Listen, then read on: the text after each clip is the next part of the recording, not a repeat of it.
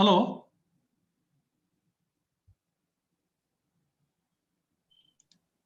Yes, sir. Yes, is it audible? Yes, absolutely audible, sir. Just a minute, sir. We are just checking for the technical glitches. And this is Srinidhi Acharya, sir, right? Yes, sir. Yes, sir. Okay. Yes, is it audible?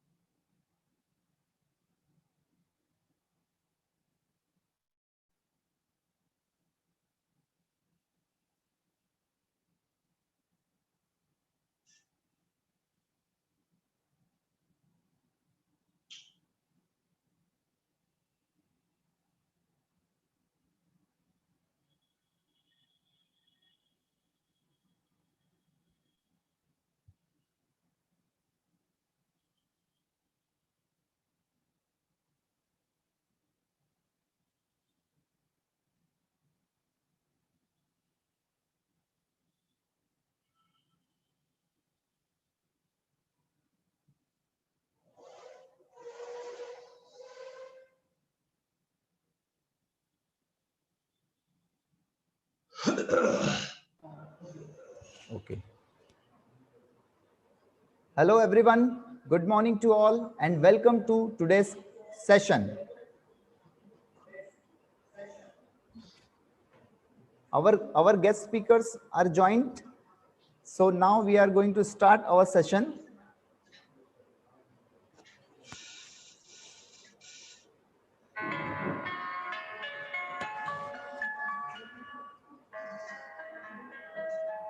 We start with Lord Ganesh Pujan first.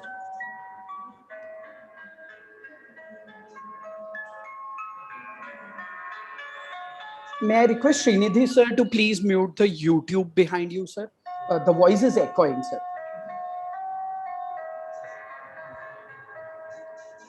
Surya Koti Samaprabha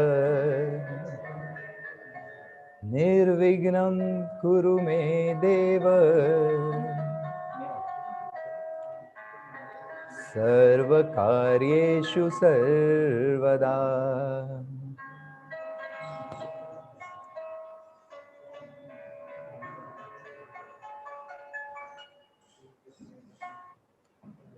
Hello everyone, good morning.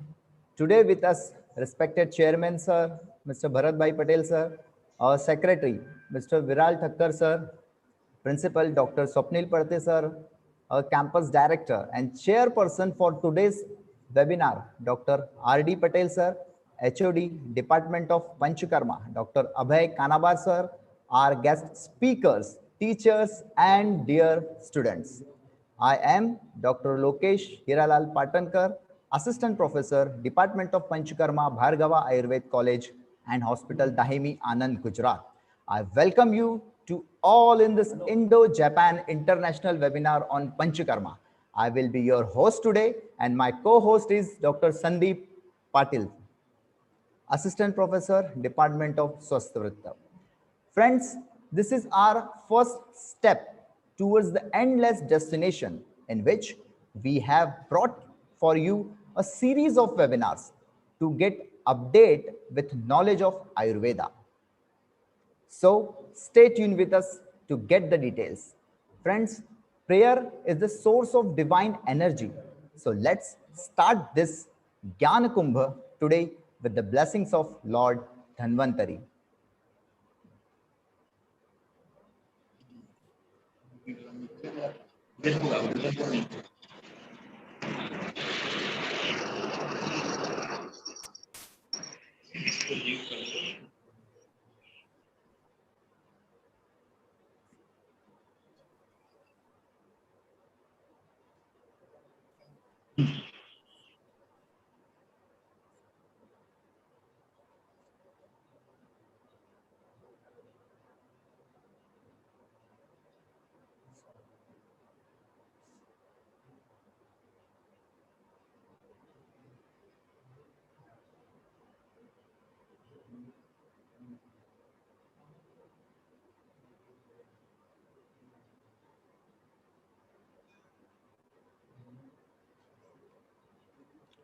Friends,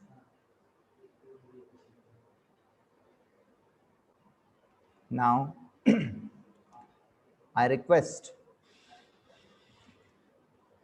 our HOD, Dr. Abhay Kanabar sir, to introduce and say few words about our vision and aim to organize this webinar. I request Dr. Abhay sir.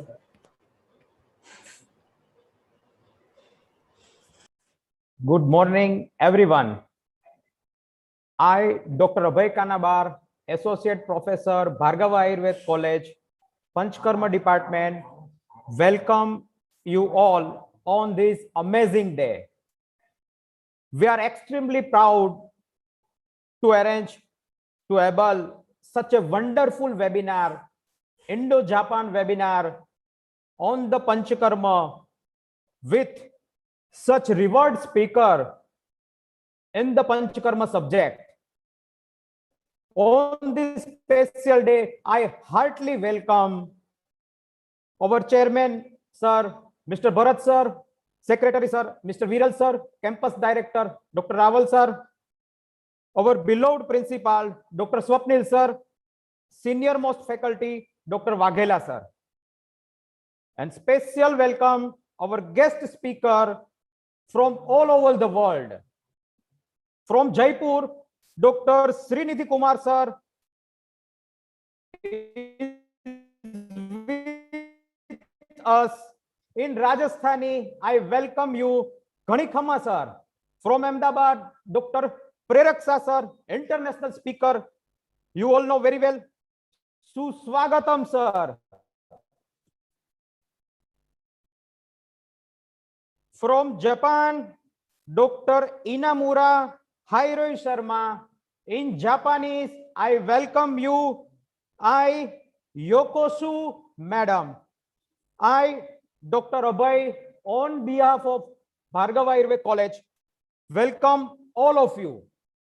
On this special day, I invite our chairman, Mr. Bharat sir.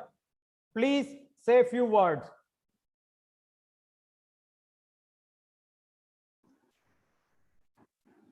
Ladies and gentlemen, a very good morning to all of you. It gives me immense pleasure to extend a warm welcome to you all to Indo-Japan Ayurveda webinar of Panchakarma. I am Mr. Bharat Patel, Chairman of Sanskriti Education and Charitable Trust, Bhargava Ayurveda College, DAHEMI, ANAND, Gujarat. Here, welcome all the eminent speaker, Dr. Srinidhi Kumar Acharya from Jaipur, Dr. Perak Shah from Ahmedabad, and Dr. Inamua Hirose Sharma from Japan, as well as all participants, students, academicians, and practitioners. This is our fourth academic year. We have 60 students per batch. We are running 60-bedded Ayurvedic hospital with all efficient department. Our special Panchakarma department had awarded as best Ayurveda therapy resort by Deputy Chief Minister Mr. Nitin Bhai Patel of Gujarat. With my best wishes to this academic session, here I concluded my thoughts. Thank you.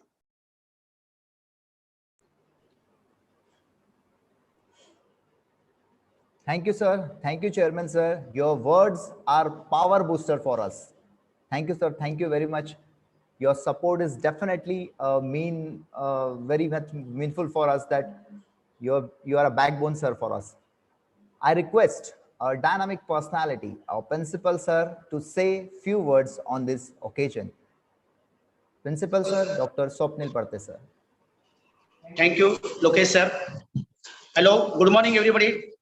It's a warm welcome to our Honorable Chairman, Mr. Bharat, sir, Honorable Secretary, Mr. Viral Bhai, sir, today's guest speaker, Shri Srinidhi Kumar Acharya from Jaipur, Dr. Prerak Shah from Ahmedabad, Dr. Inamura Sharma from Japan, also all participants for these webinars, all academicians, all practitioners, all respected teachers, and my all loving students. I welcome all of you on behalf of Bhargava Ayurveda College.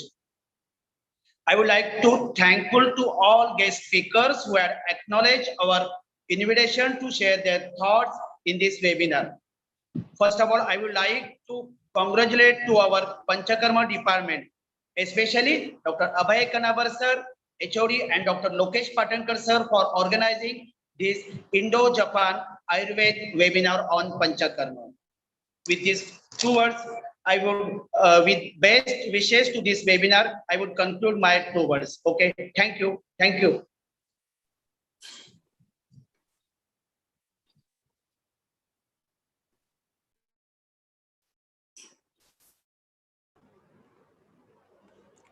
Thank you, sir. Thank you very much, sir. Now, मैं अब आपका ज़्यादा समय नहीं लेकर now having request, I welcome today's first session guest speaker, Dr. Srinidhi Kumar sir, Associate Professor, Department of Komarabhrutya, NIA Jaipur, and I request Dr. Nikita Naik, Assistant Professor, Department of Sanhita Siddhant, Bhargava Ayurveda College, Dahemi, Anand, Gujarat, to introduce Dr. Srinidhi Kumar sir. Dr. Nikita Naik. Good morning, everyone. Today, we have with us an eminent personality, Dr. Srinidhi Kumar Acharya sir, MD, PhD in Komarabhrutya. He is presently working as Associate Professor in Department of PG Studies, National Institute of Ayurveda, NIA, deemed to be university. Since last 12 years, sir is rendering his service at the Department of PG Studies in Komarabhrutya, NIA. Sir is native of Mangalore district, Karnataka. He completed his undergraduation in Ayurveda from STM College of Ayurveda. Pursued his post-graduation degree from IMS Banaras Hindu University, BHU, in 2003. Sir completed his PhD from Rajasthan Ayurveda University, Jodhpur, in year 2011. Sir is involved in many research activities in Ayurveda since 18 years. He guided more than 20 research papers at post-graduation and PhD level. Sir has published more than 40 research articles in international, national, and peer-reviewed journals. Sir has authored a textbook of Komarabhrutya titled Acharya's Textbook of Komarabhrutya, which is published by Chokamba Orientalis. He is actively involved in clinical and patient care activities as consultant Ayurveda pediatrician. Sir is involved in Ayurveda awareness programs, and his programs were telecasted on Doordarshan, ETV, and radio. I welcome you, sir, and I request you to guide us with your valuable knowledge.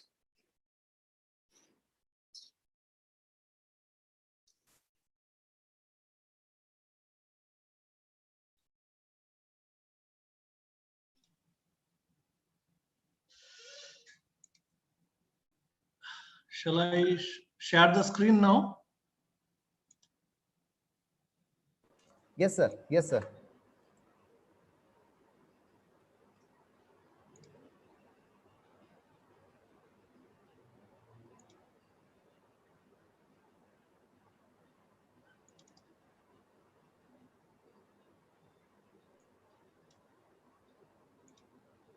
So is it showing there? Yes, sir. Sir, slide is visible. Yeah. So I hope I am audible and the screen is also visible. Yes, sir. Your voice is also clear and screen is visible in front screen. No problem, sir. You can continue. Yeah.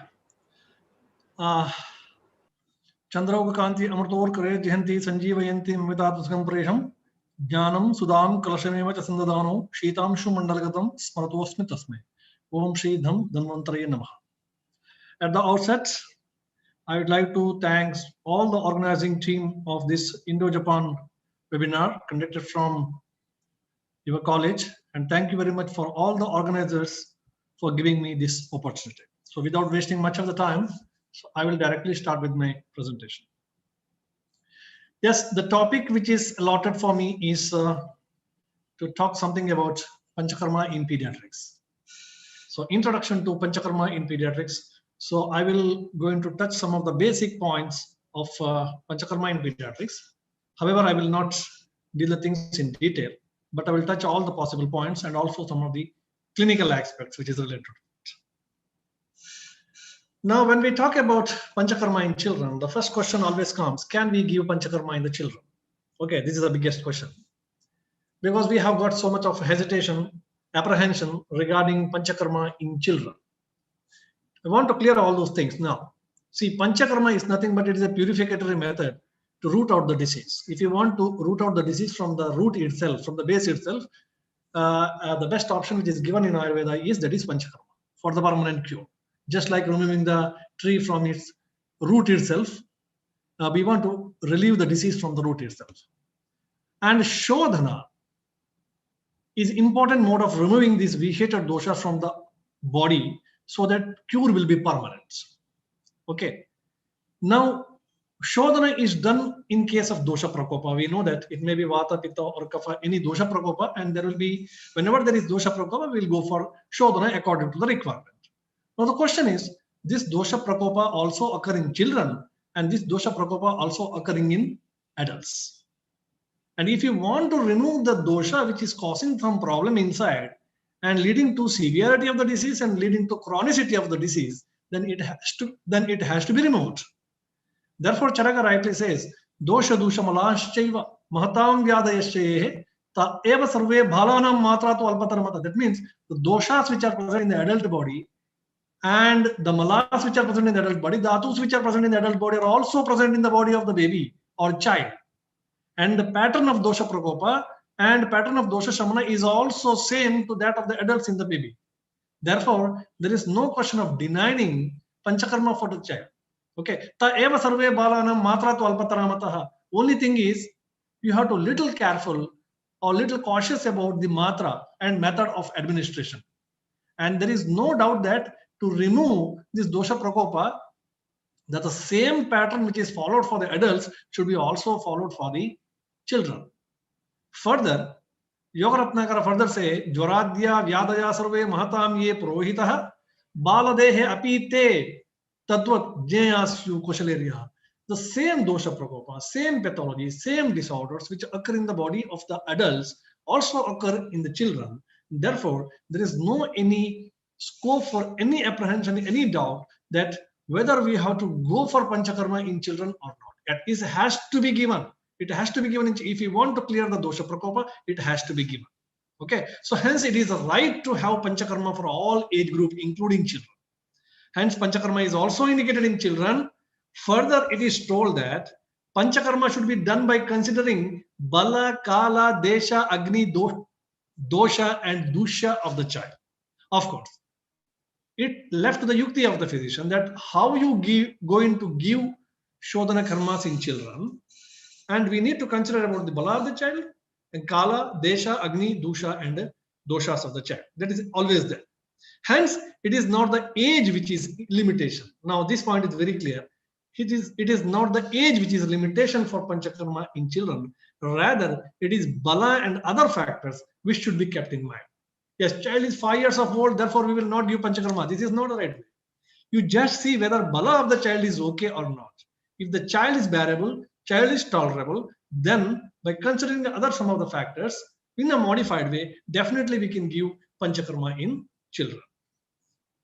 Now, why Panchakarma is important for the children? See, we know that health, growth, and nutrition in the childhood is based for the future. Therefore, Kaumarvritya is considered as the Adhya. Kaumarvrityam Tantranam Adhyam Uchate. It is told by Kashyapa. So, because he says that, Anena hi samvardite itare chikisyanti.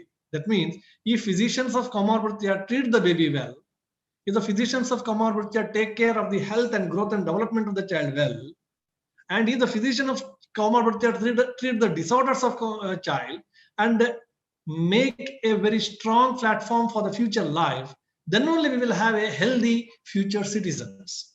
So therefore, taking care of the child in Kaumarvritya is very important. So health, growth, and nutrition of the childhood is best for the future. So childhood disorder should be treated to avoid any complication. Okay, so any disorders of the childhood which require a long treatment, which require a Shodhana treatment, which requires a Panchakarma treatment, should be given. Otherwise, we are not preparing a strong base for the future.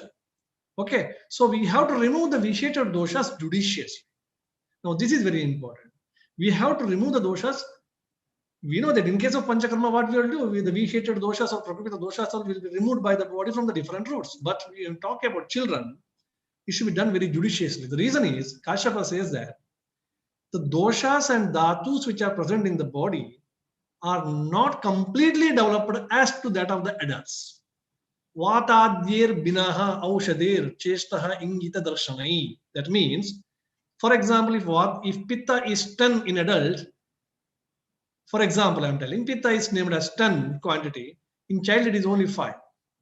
So question is, when vatadi doshas are not completely formed in the child's body, and their quantity is less, of course, quality is also less, then while removing the vitiated doshas, we have to be careful because they are immature states of the doshas, they are immature dhatus. So therefore, remove the vitiated doshas very judiciously. That's very important.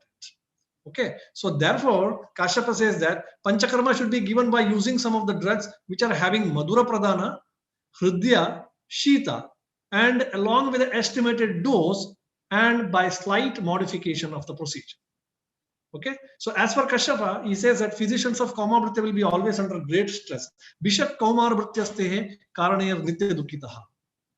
He says that physicians of Kaumarvritya will be always under great stress. They have to render their duty under great challenge because he says, number one is, everybody expects that the physicians of Kaumarvritya should treat the child very well without doing any mistake. Na aparadhunyat. Without committing any mistake, they have to treat the child. But what are the limitations? Vatadhyir. The vata, the doshas are not completely developed. Therefore, the adult procedures or adult parameters which we are taking cannot be directly implemented in case of children because vata, the doshas itself are immature, number one.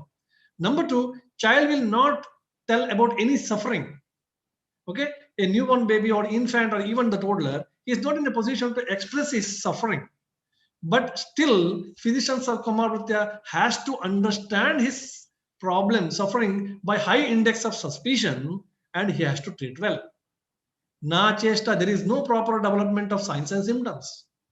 Okay, and in spite of all these things, what parent require or parent accept is a physicians of Kaumarvritya should not commit any mistakes because health of their child is a matter of emotion for them.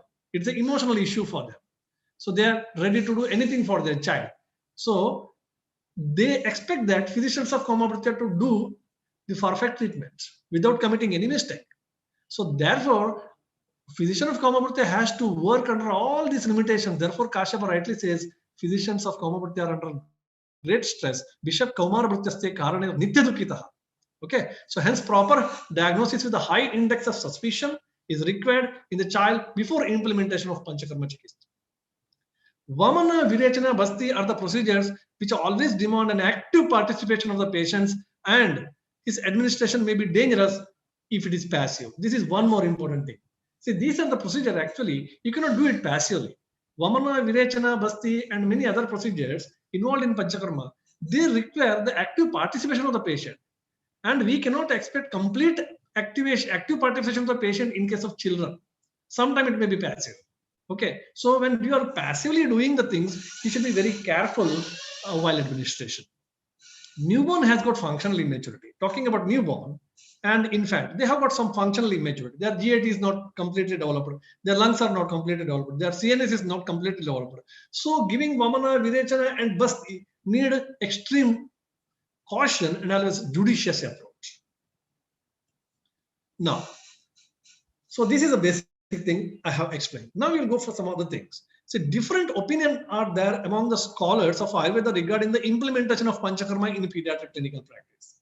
Okay, Shushuta and later scholars, if you see, there are different opinions. If you see them, few of them resist and they stick firmly to the classical references, while some others support that they get desired effect in clinically by its judicious administration. That means there are two sets of scholars. So one set of scholars, they firmly stick to the classical references, and another set of authors, so they are ready to do some kind of modification in Panchakarma treatment so that clinically, so they will get some results. So it is obvious from the classics that Panchakarma are indicated in children, although age group is not specific. If you go through the reference, even Charaka, Shushruta, and Kashyapa, it is very clearly mentioned. They say that yes, Panchakarma has to be given in children, but there are some variation in the age group. Age group is not uniform for them all. So therefore, that created some confusion. Kashyapa that very clearly says that moderate to minimum level of Panchakarma can be done in children comfortably and safely. Okay, so Kashyapa very clearly says that you go for Panchakarma in children, but it should be under moderate level or the mild level.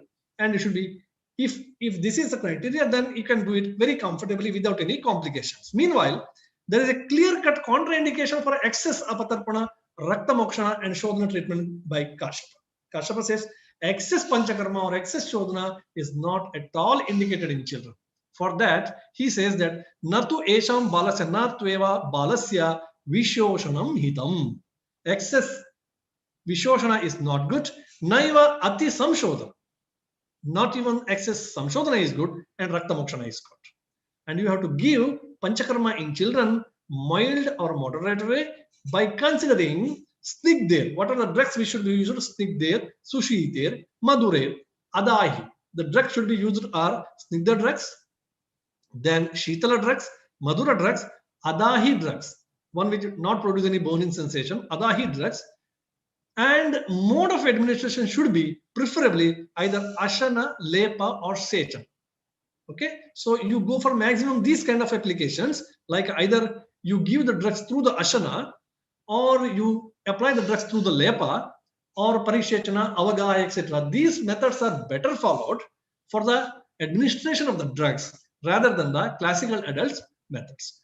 However, he very clearly says there is no contraindication for Panchakarma in children. It can be definitely given in the moderate or mild level. Now it's clear by the version of Chakrapani. Now come to the another part. Chakrapani commenting on Charaka, he says that, see, this is the shloka. Dosha dusha malashaiva mahatam yadayashchaye ta eva sarve balanam matratu alpataramataha. Then Charaka says, nivrittir vamanadinam rudutvam paratantratam.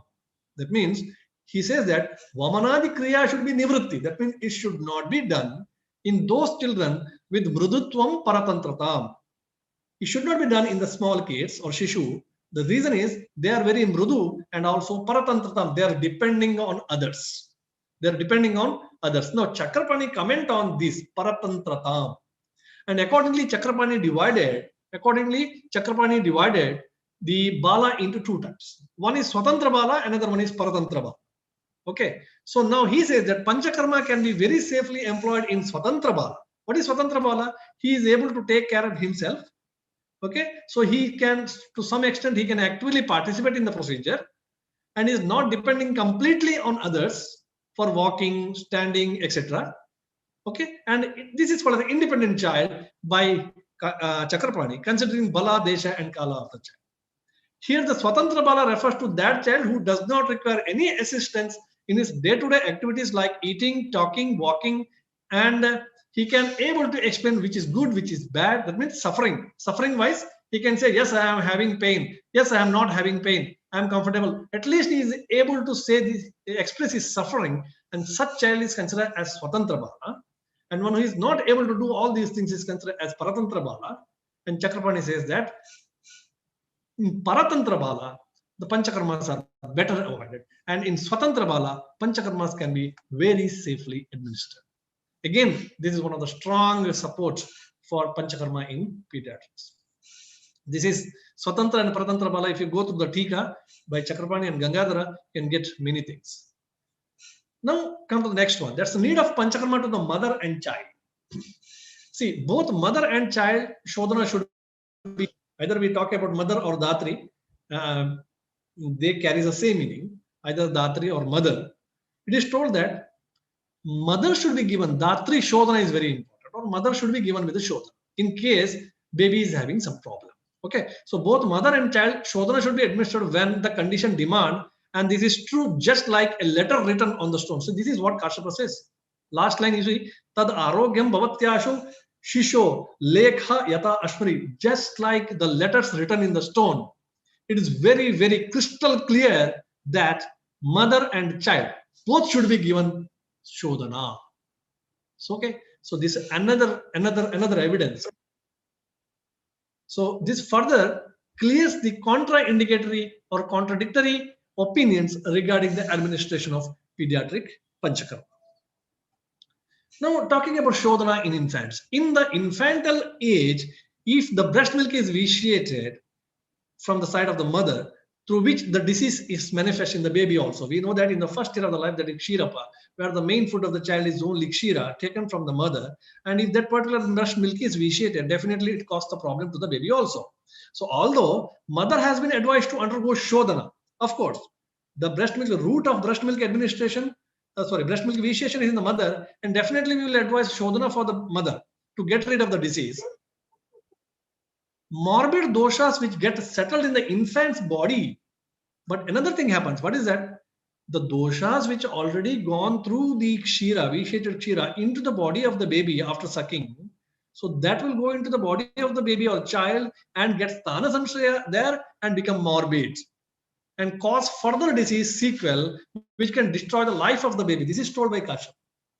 Okay, it is true. Yes, we have to go for Shodhana for the mother or Datri. Meantime, Shodhana is also important for the baby because baby already consumed the vitiated breast milk. That vitiated breast milk go to the body of the baby and cause sthana samshaya there and cause some of the morbid disorders. Okay, therefore here Shodhana is also indicated for the child. Shodhana is also indicated for the child. Of course, how you do the Shodhana, that depends upon the Bala, Kala, etc. Of course, certain limitations like to engage strength, child of the child, or drugs used like Paya or Madura, Shita Ahara, and Agni. See, especially in Kshiranada Avastha, Agni is very unstable. We have to take care of Agni, should be kept in mind while administration of the Panchakarma. Okay, this is again very clearly told by Kashyapa.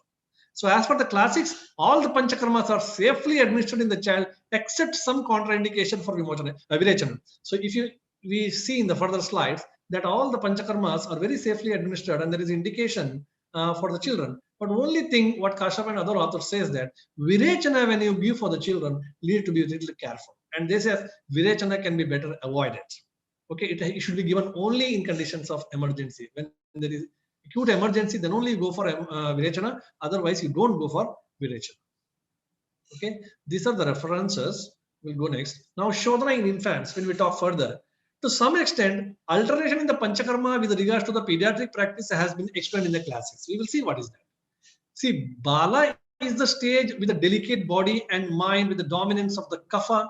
We know that Tatra Balam Nama, Apariparkudatu, Asampurna Dhatu, Akleshasaha, Sukumaraha, this definition of Bala by Charaka. Okay, and there is also the dominance of kapha. Okay, the shleshma is more dominant up to 16 years. Okay, hence the mrudu vamana with the full stomach of milk or breast milk followed by tactile stimulation of the throat has been indicated. This is also told by Kashyapa. So what he says, Bala itself is a stage of kapha avastha, and we know that for the kapha, the treatment of her choice is always vamana. A newborn baby or an infant or a toddler even can be given stomach full of breast milk, and some tactile stimulus can be given so that baby can vomit out, and this also works as vamana and helps to expel out the vitiated doshas. So this explanation is there.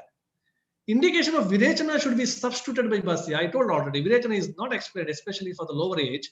Okay, it is substituted by the basti. Any condition which demand virechana strictly, then you can replace it by basti. Similarly, any condition is there which requires marshanasya, that can be replaced by pratimarshanasya. This reference is given by Ashtam.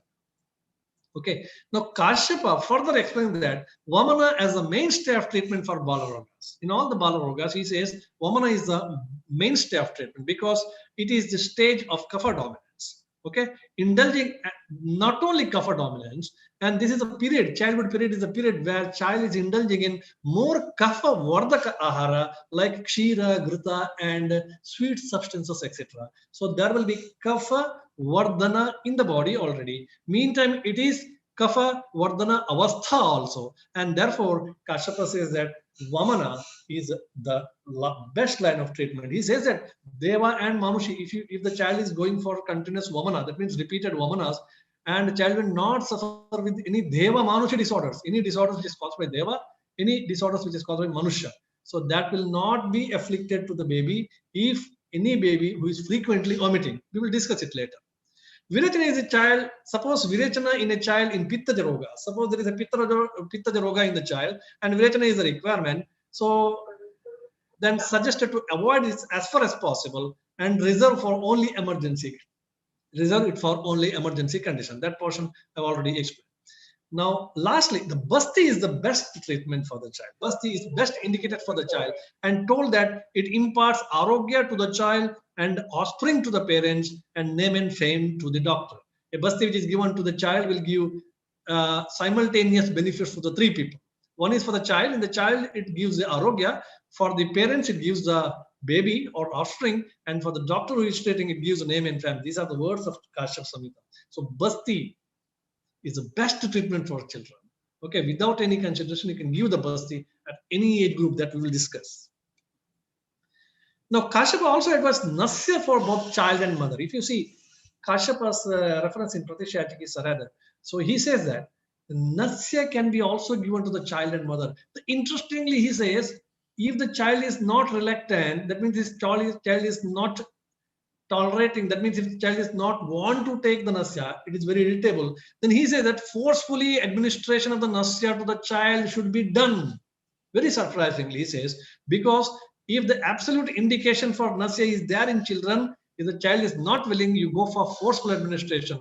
And if it is not done, it can lead to future complication. It can lead to future complication. So we find many such instances where the indication of bahya snehana, then 8 types of Swedana, Agni Karma, Rakta Mokshana, etc. in different disorders. All that we're going to discuss in future. Now, certain conditions where mild Panchakarma are employed in infants without Snehapana, as a child is routinely consumed the milk and other Snehana substances. Kashyapa again very clear, even Ashtanga Sangra very clearly says that.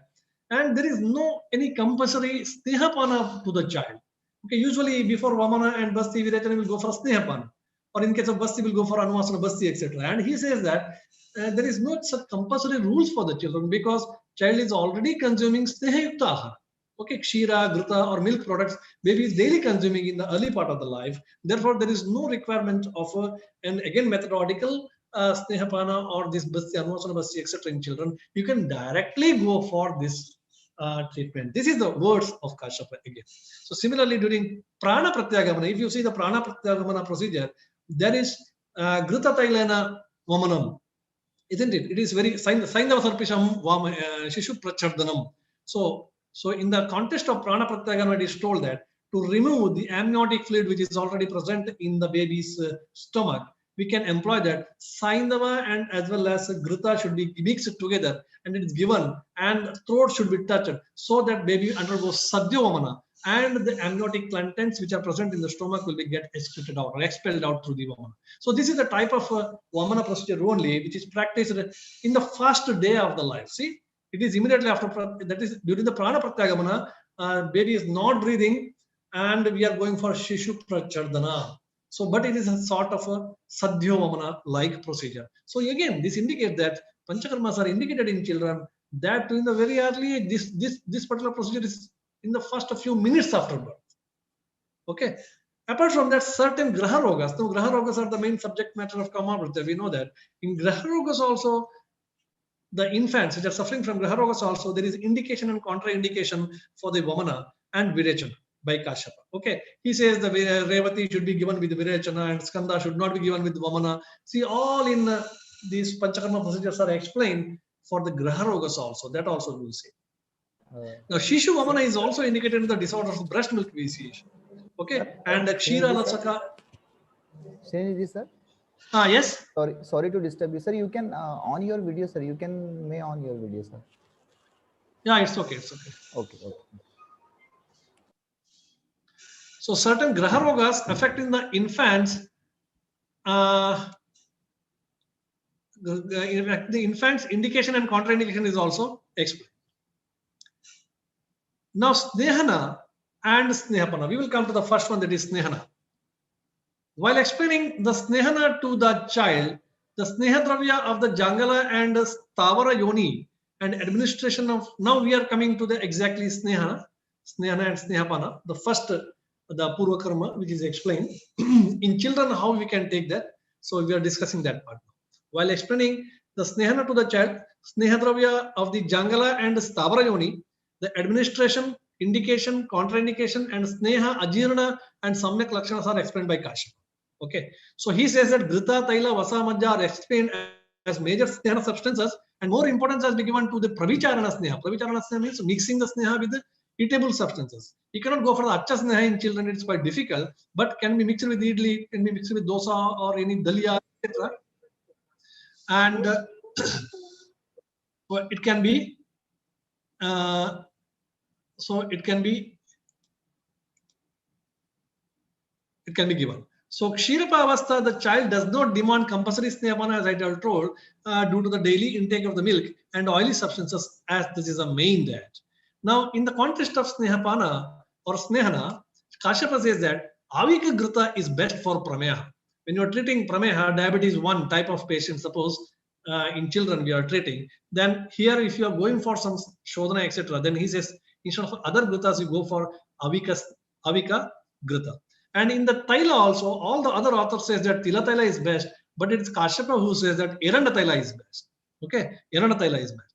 Anyway, several Bahya Snehana methods like Abhyanga by Raja Taila in case of Fakkaroga and Mardana and Samhanana, etc. are also explained, that we will see.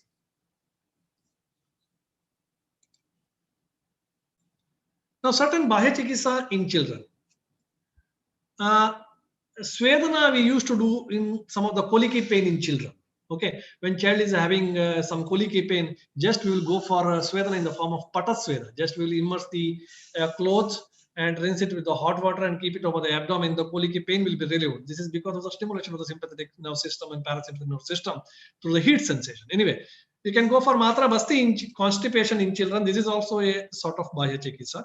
Of course, Basti is Shodhana. Can go for Parisheka in seborrheic dermatitis-like conditions. Then Parisheka over the seborrheitis, that is, can do Parisheka over the scalp skin area in case of fungal infections, etc. Abhyanga in muscular pain, many muscular pains will be there, can go for Abhyanga. Chest massage can be done in case of breathing difficulty, especially patient with the, the bronchial asthma and some, the kapha which is stuck in the trachea or leading to some respiratory problem, can go for Uro Abhyanga by using Lavana Tailas. Any Lavana Tailas can be taken and Uro Abhyanga can be done, and this will be followed by Svedana that gives a quick relief. Similarly, chest massage can be done in case of breathing difficulties.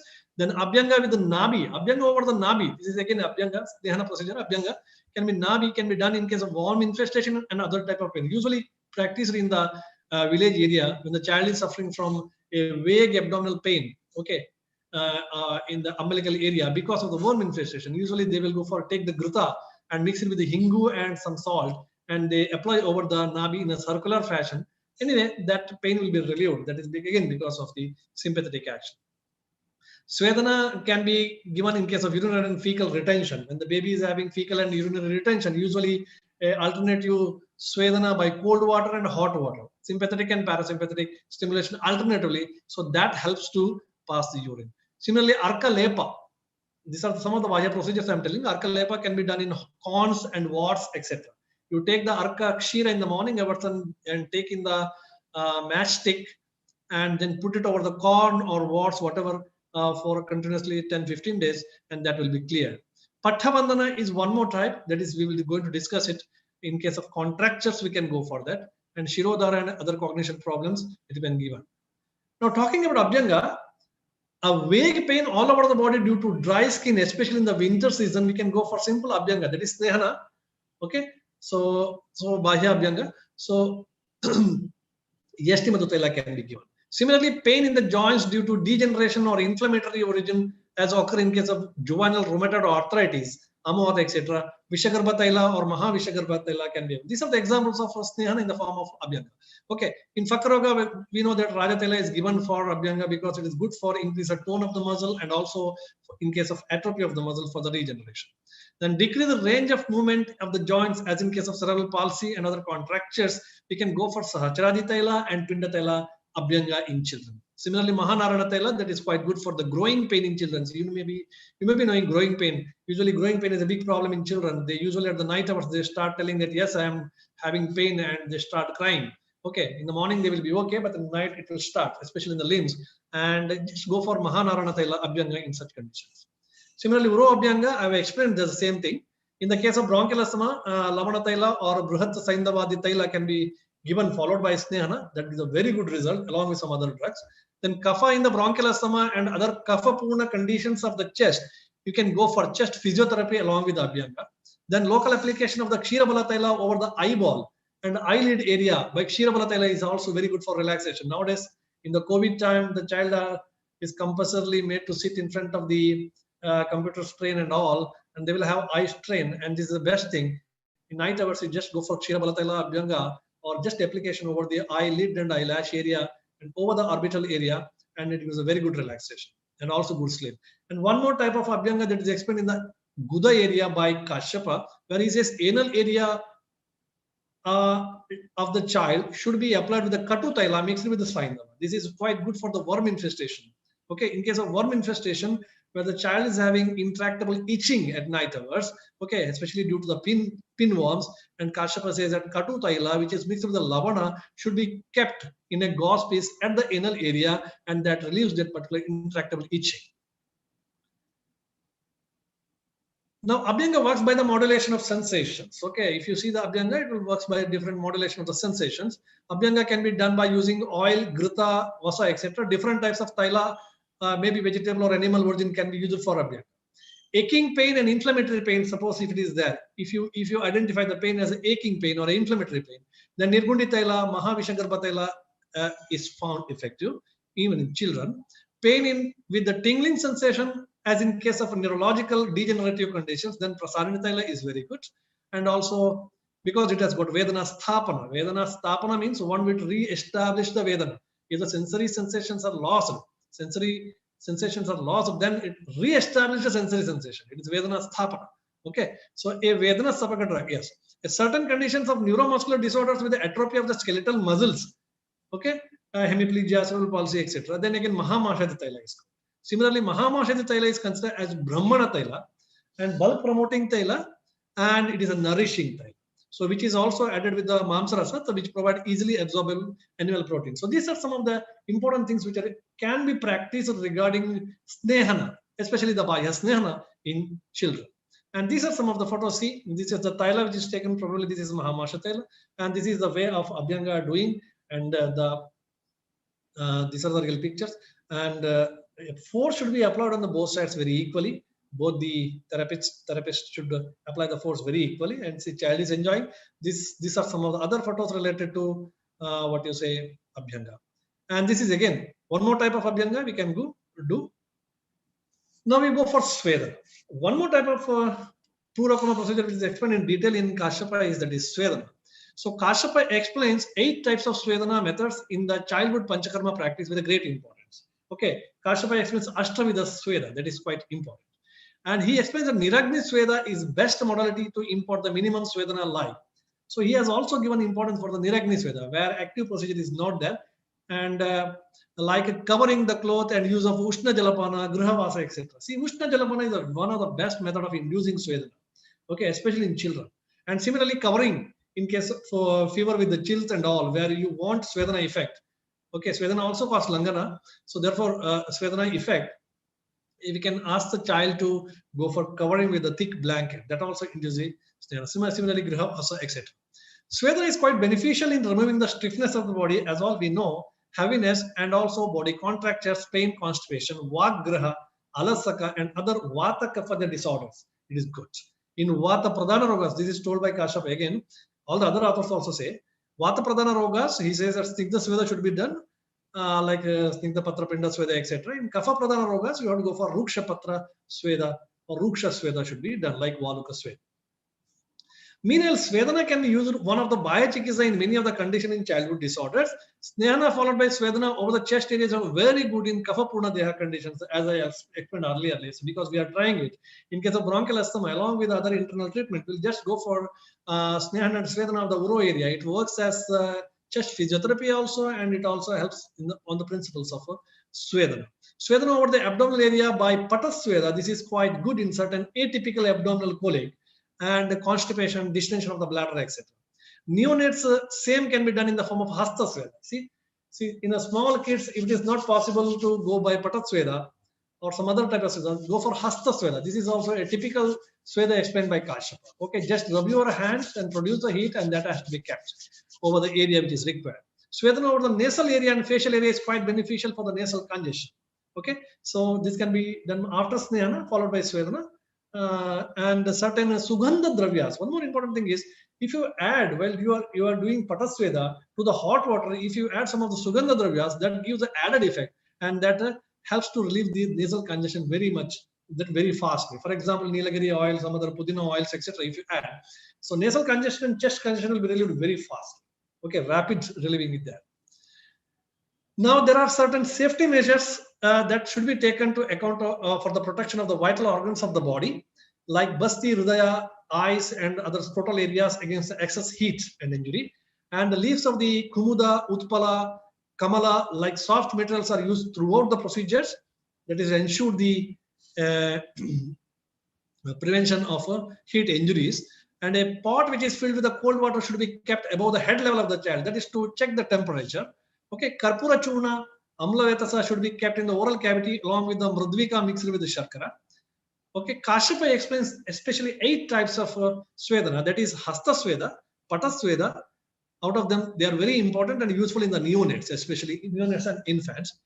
Other Swedas which are explained by Kashyapa are Nadi Sweda, Prastara Sweda, Shankara Sweda, then Pradeha Sweda, Upanaha Sweda, and Avagaha and Parisheka Sweda. Okay, Upanaha is quite beneficial. Upanaha means the drugs are taken and lepa is prepared and that lepa is applied. Okay, that is quite beneficial in the children. Similarly, Nadi Sweda to some extent it is quite beneficial in children when you do it cautiously. Okay. Now this is a reference Hasta Swedam Chashuleshu Balakanam Vidapayet Shadvarsha Prabhutina to Pata Swedam. Age limit has been given. Anyway. So this is what you say Shashikshali Pinda Sweda, which is followed. And we know that Shashikshali Pinda Sweda is a Brahmana Sweda, and Bala Mula, then the Shashikshali, etc. Many drugs are taken and boiled and prepared into potali. And see, child is enjoying. Many of the times, see, the problem will be there with the adults. When you do it for the child, so most of the time they enjoy because they are not prejudiced. Okay, and adults will have so many reasons to complain, but child is always very innocent and it follow our order. This is again the method of using the Shashtikshali Pinda Sweda. And this is another type of Pinda Swedana we can use, that is Kukutanda Sweda. Kukutanda Sweda. This is Kukutanda is taken and what you say, egg burji is prepared, then it is mixed with so many Vatahara Tailas or Brahmana, Vatahara drugs and leaves, etc. and Brahmana drugs, etc. And then it is tied into potali and then it is done. This is called as Uputanda Sweda. This is also quite beneficial in case of what you say, some of the skin problems, and also, for example, to yield the Brahmana effect. Okay. Now this is again Shashtiksha Lipinda Sweda. See, the after Shashtiksha Lipinda Sweda, the leftover the material has been applied over the body. That is Annalepa. We will call it as Annalepa, and that has been done. Now come to the next procedure, that is Vamana. Just talking about Vamana, many things we have told. Shishu Vamana has been indicated in the child from the beginning itself, and the Sadhya Vamana can be given even in case of bronchial asthma. When the child is having more problem, you can induce just Sadhya Vamana by giving salt water. Ask the patient to take the salt water, stomach full, and ask the patient to omit it by touching the throat area. And that Sadhya Vamana helps very much in case of bronchial asthma in children. This is practically we are doing. Anyway, go to the classics, we get different opinions about Vamana in Kashyapa. One of the author says, Kaustya, he says that the minimum Vega for the Vamana should be 2 to 3, Hina 4 to 5, Madhyama, and 7 to 8. This is one opinion. Because these scholars, they tried trial and error method, and later they come to opinion that, yes, what has to be followed clinically. But this is a trial and error method they are following. Now, Parashara says that, yes, Vamana Vega depends on the Bala of the child. According to his clinical experience, he says that the Vamana Vega, cannot be fixed now. It depends on the Bala of the child. If the Bala is good, you can go for more Vegas also. One more author, the name is not available in Kashyapa Samhita. Vamana, he says that Vamana should be given in small child, may cause Netra, Hridaya Roga, etc. So, better it should be given after 6 years. This is his clinical experience. He said that in some conditions, it may cause Netra Roga and Hridaya Roga, so be careful. So, better to give after 6 years. Ruddha Kashyapa, one more author, he says that Vamana and Virechana should be given to the child mixing with the Sharkara. And it can be given after 4 to 8 months. This is his opinion. Because if you mix with the Madhura Dravyas, it can be given. Then Vaideha Janaka, one more author, he says that it can be given for the small kids by using Nistusha Apamarga Bija. Apamarga is also Vamanopaga. So can go for Vamanopaga. So Vayurveda, one more author says Vamana should be given to the Datri. He says that it is better to avoid Vamana in the kids. You just go for the Datri only, because most of the children, most of the childhood disorders in the early part, it is Stanya, Dushta Kshira Vyadis. Therefore, you can go for treatment of the Datri itself. Child is very small. Anyway, no problem. He is giving his opinion. And Vaksya says that health of the baby is very important, and health of the baby is related to the health of the mother or the Datri. Therefore, you give Vamana to the Datri or mother. Then at times, we can give Vamana by using Vamanopaga drugs. This is clinically what we practice. Okay, many times when the requirement of Vamana is there and you think that child is not capable of that, tolerating, just go for Vamanopaga drug. It also works well. For example, Yashtimadu you give, Vacha you give. Of course, it will not instant relief. It will give some delayed effect, but the effect will be there. And so many grayer drugs are mentioned. Vamana, Madanaphala grayer drugs, Koshataki grayer drugs, which is mixed with the Sugandha Dravyas. That is given where it is given for just for smelling only, then the child will go into vomit. That yogas can be also used in children. Now, we have seen so many opinions given by the different authors. Now, quite obvious that procedure of Vamana is subjected to repeated trial and error method to find out the best possible practical oriented methodology. And at the end, Kashyapa conclude that, yes, now to whom you have to give Vamana and whom you should not. He says, Vamana should be given as per the demand and strength of the child and nothing to do with the age of the child. This is the version of Kashyapa, very clear. Okay, so Vamana you can start from the first day itself, and if you think that the child is good, the strength is good, and if the requirement is there, go for it. Okay, just like in case of Shishu Chardana. Okay, otherwise, as for the Bala and the child, you have to go for Vamana, not as for the age of the child, not as for the age of the child. So child who is frequently vomiting, so this is I already mentioned. Kashyapa says that the child who is frequently vomiting after taking the breast milk will not suffer from Daiva and Manushi disorders. Okay, that means many of the time kids are having a habit of omitting of the drug. It's not actually omitting, it's regurgitation. And what Kashyapa says is it's good for the child. If the child is omitting, it's good for the child because it is expelling all the kapha doshas out of the body time to time. And that prevents so many Daiva and Manushi disorders of the child. Now, this is the procedure of Vamana. See, it is not so difficult to perform Vamana. It is quite surprisingly, children usually enjoy Vamana, especially we give some of the kapha kara aharas in the previous day, sweets and all. So usually child enjoy that. See how much of the Vamana Vega has been there in the photos, and these are the preparations in the next photo. And see, this is actually the bouts of Vamana in the children. Again, this one more child. This child may be around 7 age, first photo, and the second one may be around 10 years. Okay, so they are doing it very comfortable. Now come to the next procedure, that is Virechana in children. It is well known that Virechana is the best for Pittaja disorders and imparts the clarity of the Indriyas and good for ensuring the health and development of the child. We know that. So it also enhances the functional capacity of the child by purifying the Amashya and Pakvashya and Garbhashya by regularizing the bowel habits. So child feels the lightness of the body and there will be Agni Deepti. We know all these are the benefits of Virechana, but still, in spite of all these benefits, Virechana is better avoided in children. And it should be given only in emergencies. Okay, and clearly Kashyapa says it should be substituted by the Basti as far as possible. Okay, so therefore Virechana is, if you want to practice clinical practice in children, so always take care of Virechana. There is a clear-cut indication, contraindication for the Virechana and none of the other procedures. Okay, so Virechana can be substituted by Basti, or else you just go for Virechanopaka drugs. Sharangadhar has given so many nice drugs. You have got Samsana drugs, he has given Vedana drugs, he has the Anulomana drugs. According to the situation, the children, you can go for Samsana drugs like Aragvada or Anulomana, Sukha Virechana drugs. Okay, because in case of Fakkaroga, if you see, Virechana is given. Fakka is already a malnourished condition, isn't it? Virechana is given. There, Kashyapa says that Trivrt Kshirena Shodai. Trivrt Kshira is given, but it's given in the Kshira form. Okay, so Virechana case administered should be given at least, suppose if you are giving Virechana, Kashyapa says that it should be given at least 15 days after the Vamana by fulfilling all the prerequisites. And you can use some of the drugs like Danti, Shadphala, Trivrt, Kampilaka. Kampilaka is again Virechana, and it is also Krimihara.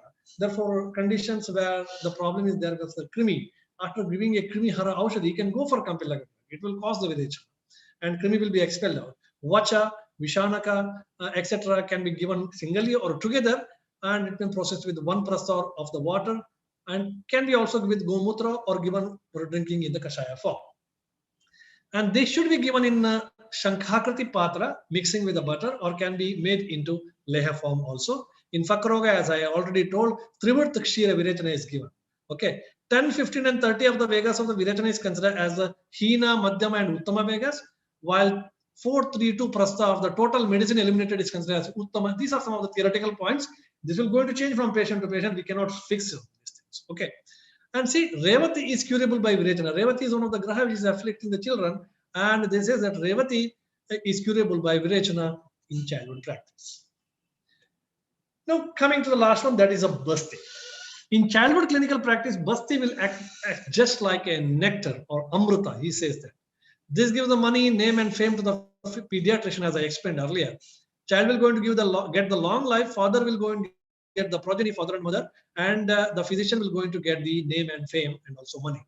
All the diseases of pure Vata and also diseases of association with Vata, Vata Kapha or Vata Pitta, or pure Vata disorders can be best treated by Basti in children. There is no contraindication for Basti in children. Okay, there is no contraindication for Basti in children. It may be given, especially Matra Basti can be very safely administered in children. And therefore, Basti Dana Paramnasi, so it is best treatment and complete treatment in children. But anyway, when we talk about the treatment of Basti, again, in Kashyapa Samhita, there is a trial and error method done by, there is a seminar of different scholars and they discuss their clinical experiences, and at the end, Kashyapa given the final decision. Again, one more trial and error method was followed here. See, about the Basti, one of the author, that is Gargia, he says that Basti can be given immediately after birth. Okay, Basti can be given immediately after birth. We give the Basti immediately after birth in many conditions of fecolit-like conditions. When the meconium gets stagnated, we will go for Basti. Okay, just by hot water or the salt water, we go for the Basti. It's quite beneficial. In many conditions, after giving this Basti in the newborn period, the child revives very well. Even in case of some of the mild asphyxial problems, it's quite good. And many clinical experiences are there.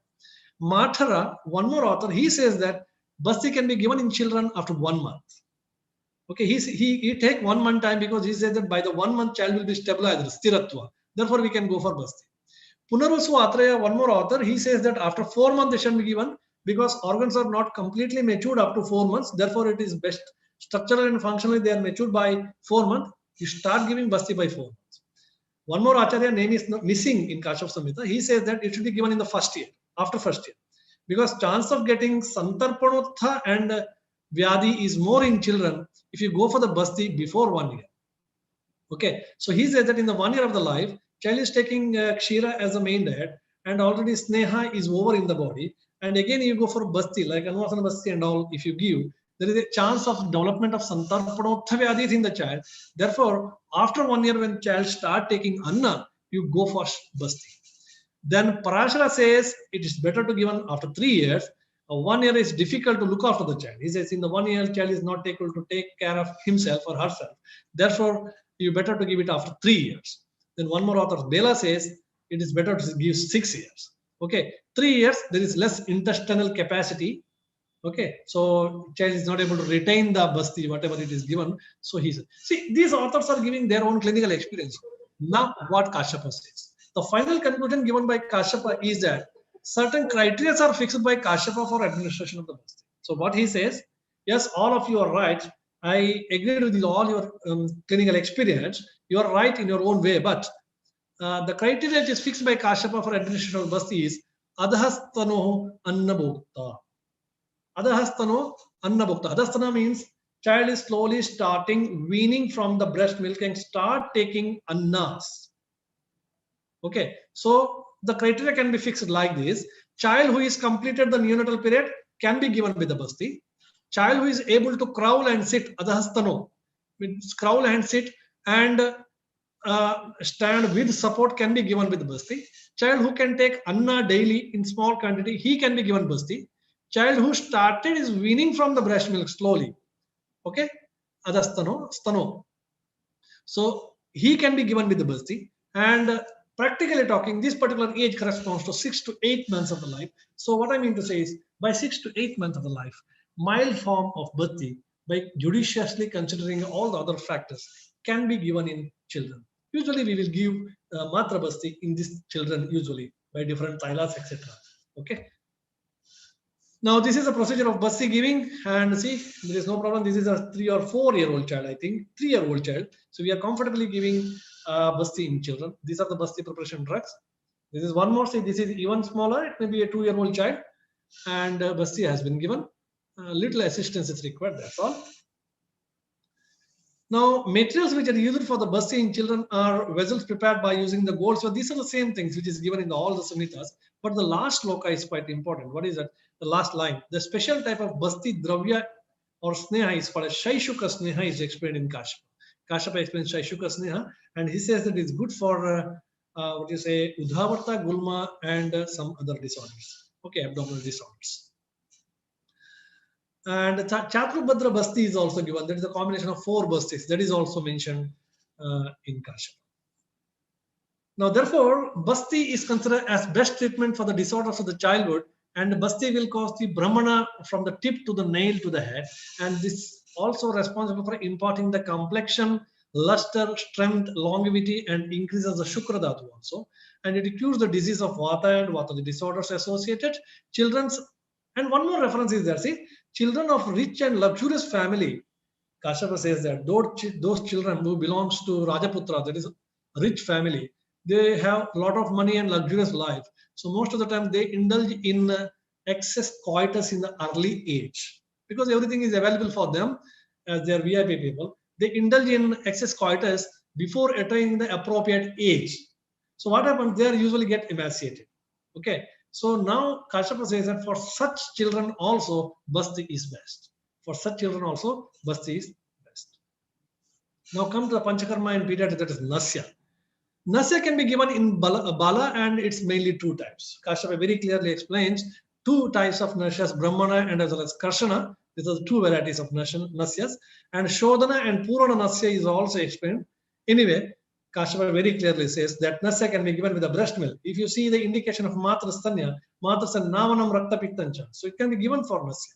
Okay, so breast milk Nasya is quite beneficial, especially in some of the early childhood or early neonatal or infantile disorders related to, say, maybe Kupunaka-like condition, watering from the ear, water from the eye, or redness of the eye, conjunctivitis, etc. Even in case of conjunctivitis, breast milk, just install 1 or 2 drops of breast milk to the eye.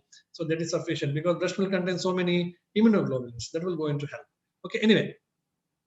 Katutaila nasya has been explained for the children. Okay, Kashyapa says Katutaila nasya for the children, along with the madhu and gomutra, making the baby to sit in the lap of the mother. And he says that if the baby is not willing to take, it has to be given forcefully. Okay, this is a word mentioned by him. If the situation demands nasya should be given forcefully, if the child is reluctant. Nasya cures certain childhood disorders like Trishna, Shiroroga, and Pipasa. Okay, so in some of the common problems, nasya can be very well given. In Kumarataila nasya is specially indicated. There is indication of Kumarataila nasya, especially for the children, which is best for the eradication of the disease. Child which is on the breast milk should be received the nasya karma, and especially Katutaila, I have already mentioned. See, this is a nasya karma which is practiced in children. These are the pictures. How we can give. See, this is Samnya Prabodhana nasya or Mapana nasya which is given. And these are the different kinds of nasya karma which is practiced. Now, clear-cut reference about the application of Panchakarma in Fakka Roga is available. Now, we will do some of the, if the time permit. I hope the time is there. Can I extend this for 5-10 minutes? Yes, sir. 5 minutes is 5 to 10 minutes. You can, sir. 5 Yes. minutes. Okay. Yes. Okay. So we can now see some of the Panchakarmas which in common practice, which we used to practice in common clinical practice.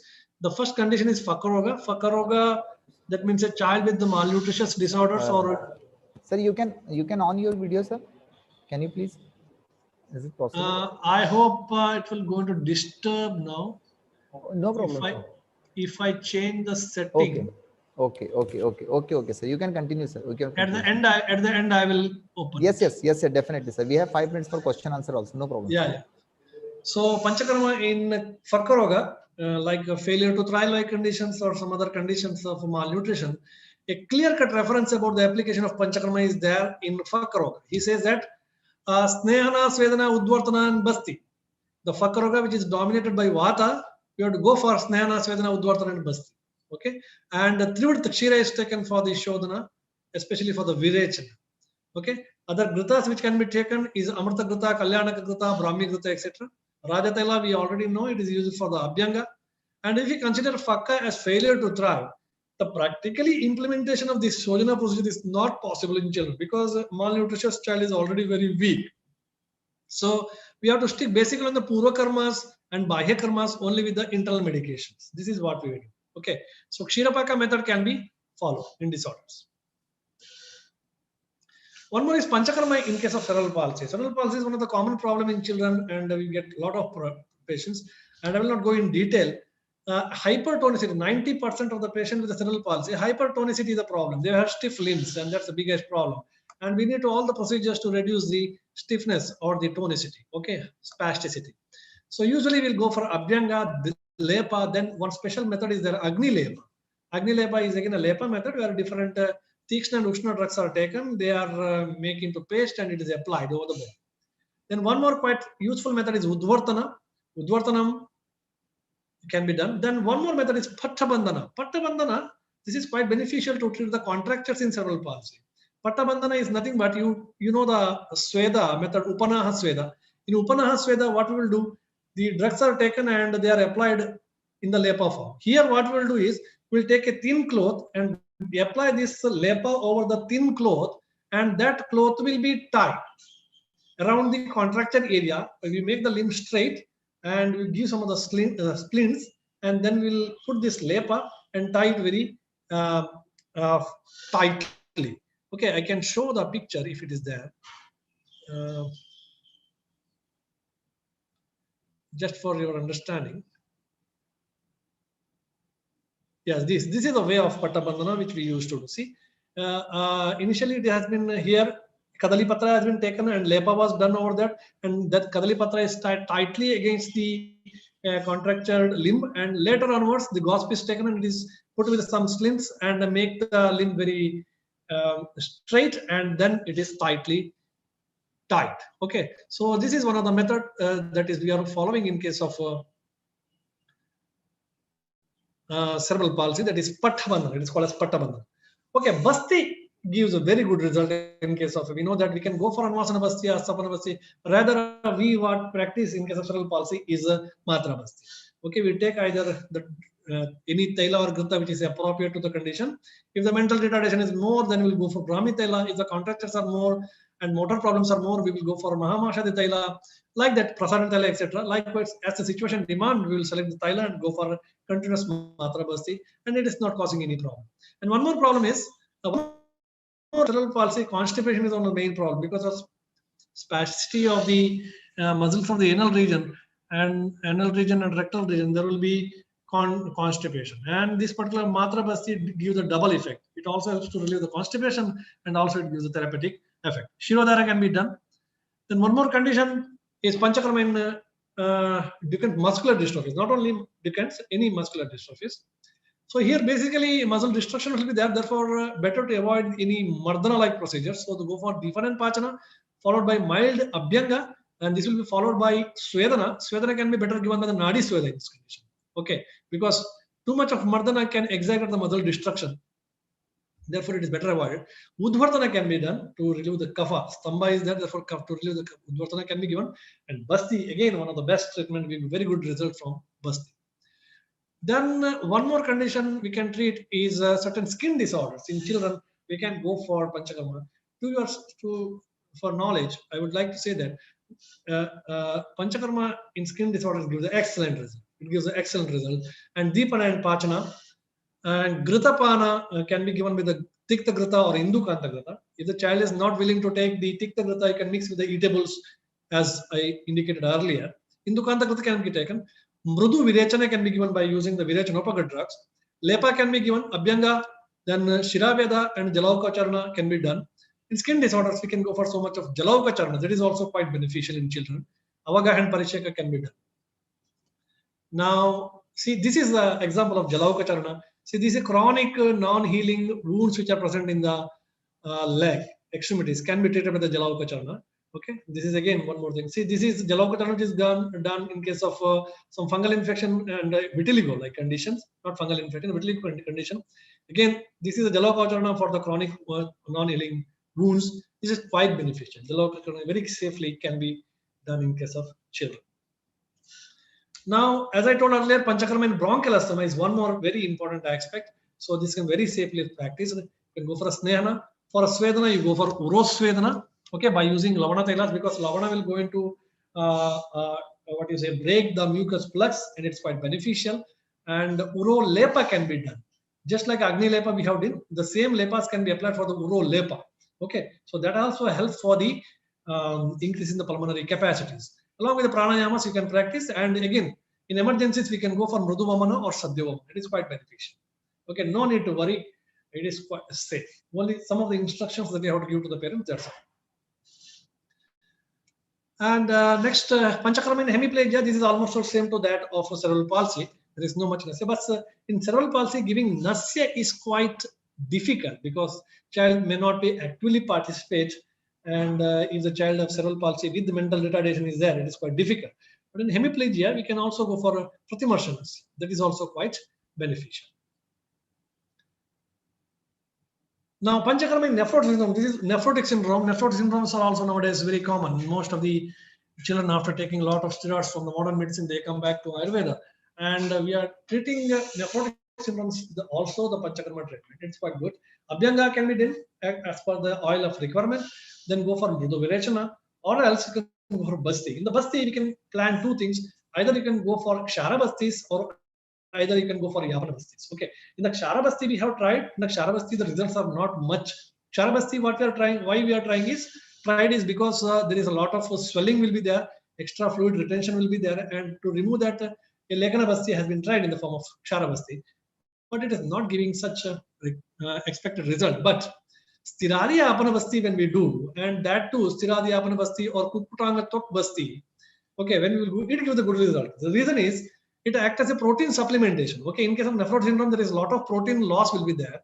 And in the form of the Stiradi Apana Basti or Kukutana means it is egg contains egg albumin. Albumin is the richest source of albumin.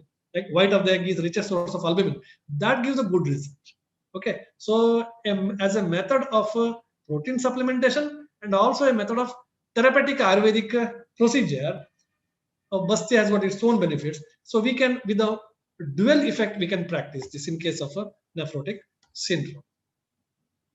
Now, one more is common is obesity in children. Okay, so Abhyanga, Udvartana, Virechana, and Astapana Basti, this can be very well done in case of obesity. That also very good result. This is the Udvartana patient. Udvartana, we know that Udvartanam, Kavaharam, Medasa, Pravilayanam, Stirikaranam. So therefore, can very safely practice in case of Panchakarma and obesity. That is, especially Abhyanga can be done with the Tikshna drugs, Tikshna oil, and Udvartana can be done with the Medohara drugs, and Kola, Kulatta, Yava, Churna, etc. And Astapana Basti can be also given. See, this is the procedure of Udvartana. We are the powder. Okay, this is the Udvartana powder, Udvartana Hara, that is Medo Hara powder. Then cognitive problems. One of the biggest problem in children is cognition related problems. Okay, it may be less understanding, less concentration, or ADHD and all those things. Cognitive problems are there. So Shiro Lepa is quite beneficial. And you can also go for Shiro Pichu. And you can use some of the Medya drugs, Brahmana drugs, and Balya drugs in the form of Kshirapaka. Kshirapaka can be done, and that can be given because Kshira is very well accepted by the child. Matra Basti can be given, and Nasya can be given. Here, Nasya can be very safely practiced. No problem. Now, Panchakarma in skeletal disorders, yes.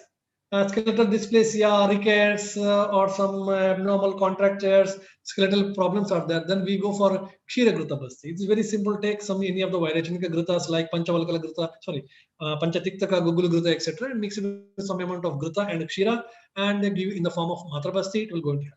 You can also do the Lepa and Pattabandhana. We can give in skeletal disorders as I already explained. Joint pain also, we can go for that. Especially juvenile rheumatoid arthritis. Nowadays it is called as idiopathic juvenile arthritis. Okay, so Snehana and Svedana with the Valuka Sveda can be given. Lepa can be applied. Avagaha can be done. If the contractures are more, we can go for even Pattabandhana. Leukoderma, this is one more important, which is childhood leukoderma. We can go for Lepa. Especially we used to go for two important Lepas. One is Gajalinda Lepa and another one is Putikadi Lepa. Gajalinda Lepa is quite beneficial in this. That is, Gajal is the elephant's fecal material has been taken and it has to be burnt. First it is dried, then it is burnt and ashes prepared. This ashes mixed with the some of the drugs like Bakuchi, Brungaraja, etc., which are having photosensitive chemicals, and that is applied over the area, and then patient is exposed to sun exposure 10 to 15 minutes. That gives a very good results. We have got all the documents about that. And if the patient is strong, usually leukoderma patients are strong. They don't have any much other problems. You can also give the Virechana. Now autism, again, in case of autism, you can go for Shirodhara, Shiro Pichu, Basti, and Nasya we can practice. Even in case of ADHD, also same. Shirodhara, Shiro Pichu, Basti, and Nasya can be practiced. Now Shirodhara, at times application of Shirodhara may be quite difficult in non-cooperative child and mentally retarded child and ADHD child, etc. So in such condition, instead of Shirodhara, we can administer Shiro Pichu. We can substitute this by Shiro Pichu. Shiro Pichu is nothing but modification of Shirodhara, where certain tailas are softened in the gauze piece and kept over the anterior frontal and allowed to get absorbed. Okay, unossified anterior or frontal. We know that anterior frontal is one of the weakest area of the newborn, which is not ossified. And unossified area, that is anterior frontal area, don't have any bones. Is directly, it is skin and muscle mass connected with the brain.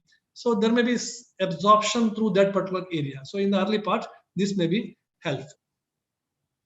Shiro Pichu can be substituted by Shiro Lepa for convenience. Most of the time, Shiro Dhara or even Shiro Pichu is also quite difficult in non-cooperative children. We can go for Shiro Lepa. Application of certain raw drugs in the heated Lepa over the scalp area. We can do that. Okay.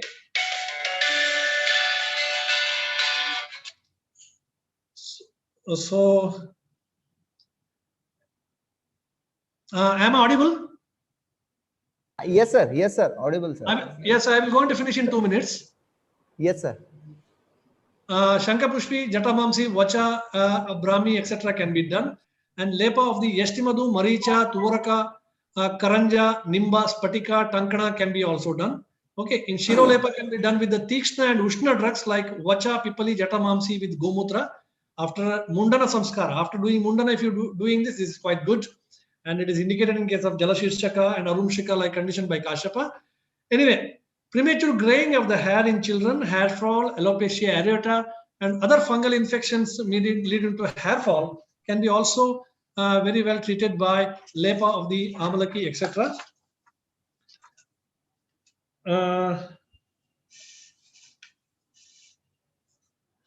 Premature graying and Vacha and Yashtimadu, Tulsi, Patra, Swarasa can be also used. Now, this is how you're going to do the Shiro Lepa. And if you see this is Shiro Dhara, rather this is Shiro Basti. Okay, in children also can go for Shiro Basti.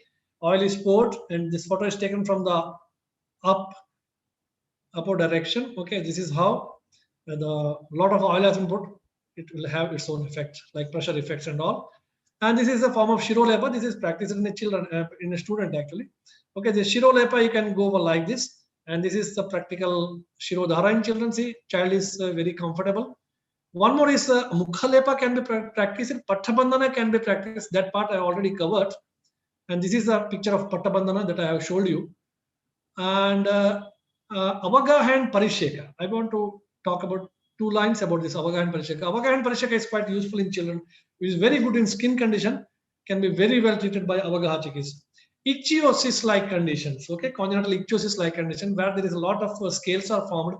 We used to go for Gomutra Avagaha to ensure the Shrotoshodhana and opening of the sweat glands. When there is no Swedana, go for Gomutra Avagaha and the sweat glands are open. Once the sweat glands are open, there is no scaly formation. Certain Sweda Janana drugs can be used for this purpose. Avagaha with Panchavalkala Kvata is also quite beneficial, or Nimba Patra Kvata is also quite beneficial in some of the atypical skin conditions. Okay, and usually Avagaha and Parisheka child used to enjoy it. You make the Avagaha and keep it in a big tub and ask the patient to stay there and to play there with that kashaya, and usually child enjoys it lots. This is again some of the LEPA procedures. I think thank you very much. With this I conclude. Thank you all. Thank you. Thank you, sir. Thank you. Thank you. Very much informative session by you, sir. Every child you encounter is a divine appointment. And we have to take care of this divine power. It's our responsibility, and definitely Ayurveda is beneficial in that. Thank you, sir, for the information shared by you. Will definitely be beneficial to future generation for the practice of Ayurveda. Sir, this session is live and more than 200 plus students are watching on the big screen and is continue on the YouTube and Facebook Live. Thank you, sir. Thank you very much. Thank you very much for your session. Thank you very much.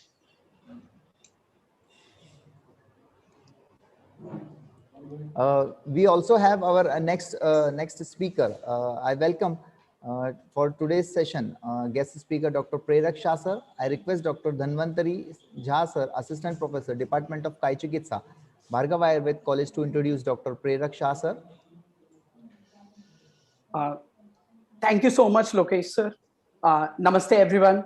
And it's my immense pleasure to be a part of this webinar, and introducing Dr. Prerak Shah sir is a different kind of an ecstasy, you may say. Dr. Prerak Shah sir is an internationally renowned Ayurveda consultant, teacher, and a motivational speaker.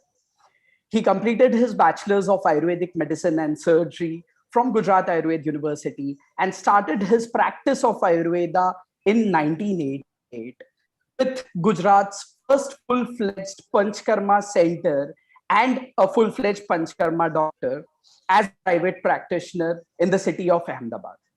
He is the founder and managing director of Ayurveda Group of Industries and Ayurveda Group of Hospitals, a multi-objective platform for popularizing Ayurveda.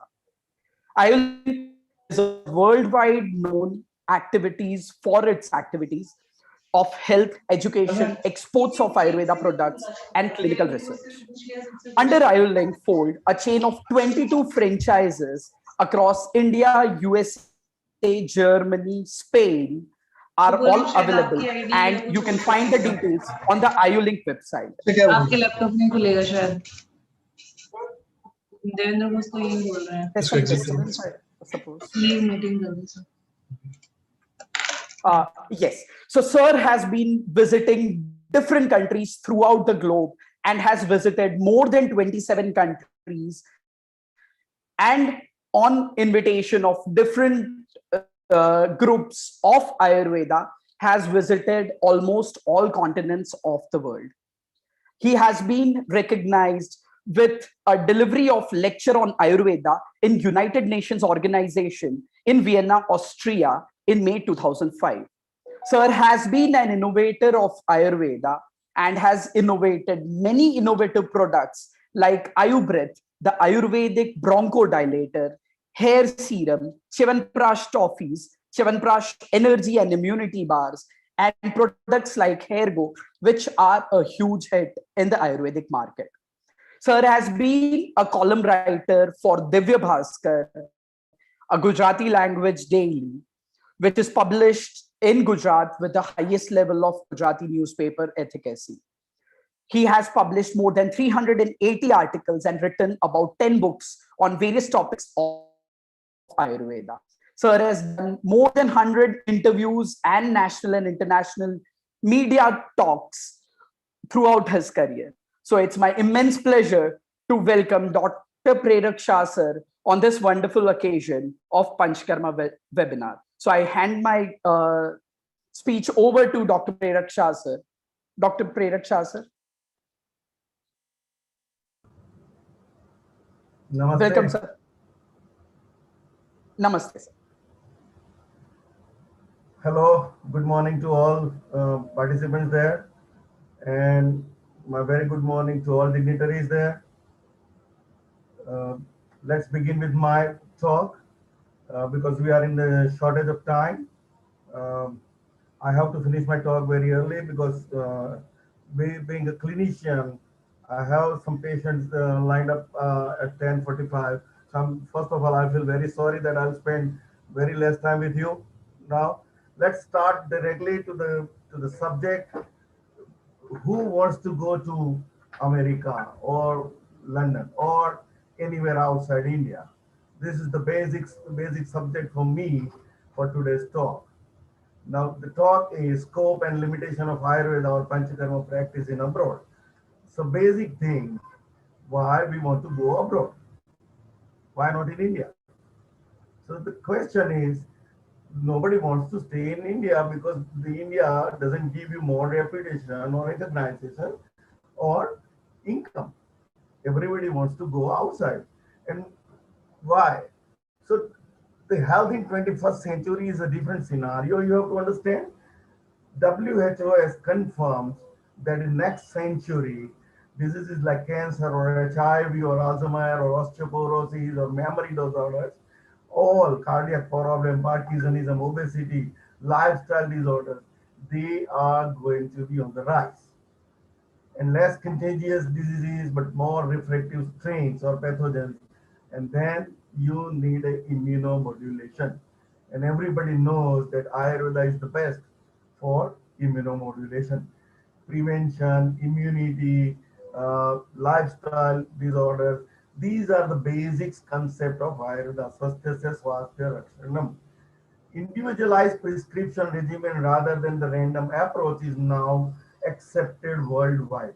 You will be very happy to know that the new kind of pathy, integrated medicine, is now accepted in the world.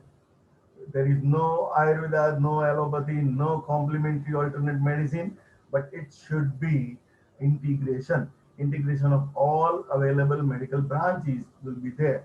So this is the fundament of the new 21st century health scenario. And individual thing is not needed because right now in the West, you must know that in the West, there are very limited formulations available for the treatment.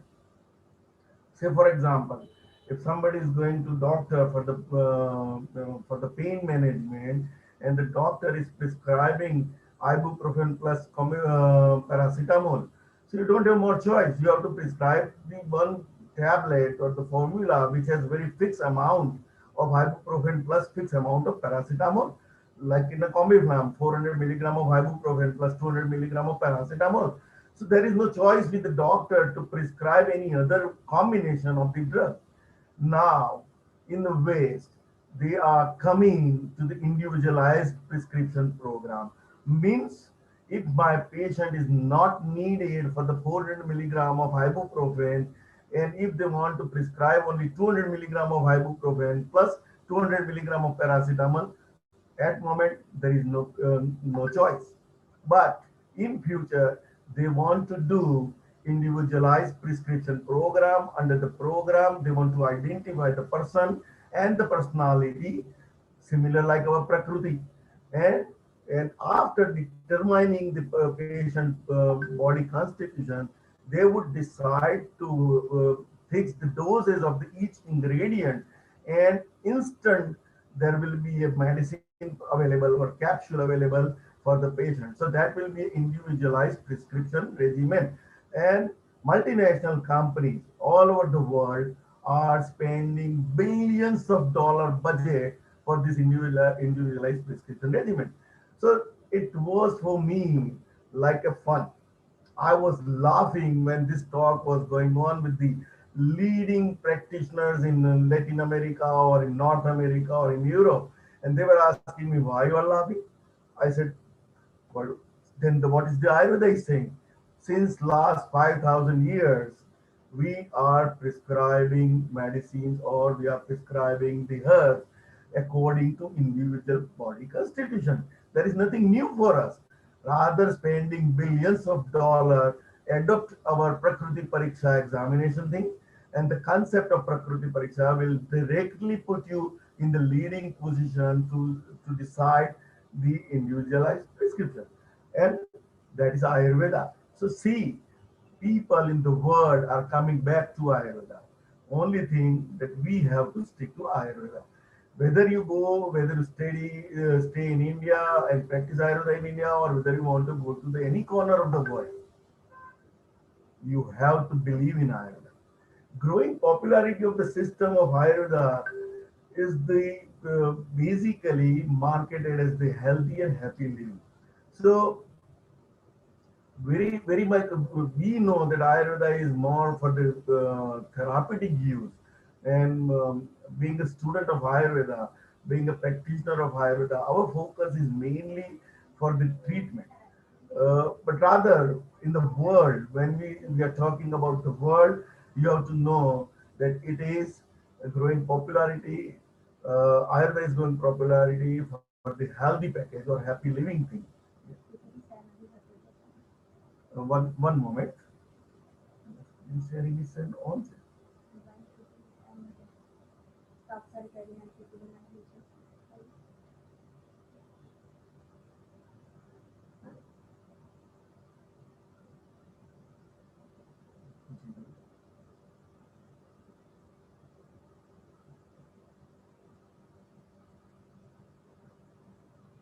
Okay.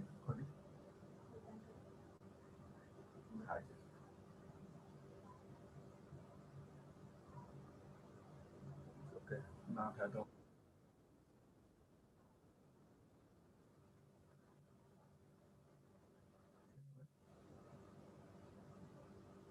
Now.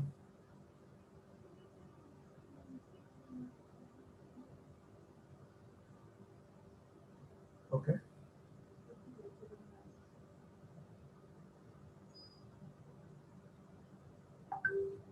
Is it okay? Sir, PPD is not visible, sir. Screen is there, but PPD is not visible. Camera movie then second mute kari and camera movie. Okay, shall I continue? By the time we'll arrange for the screen sharing. Okay, sir. No problem.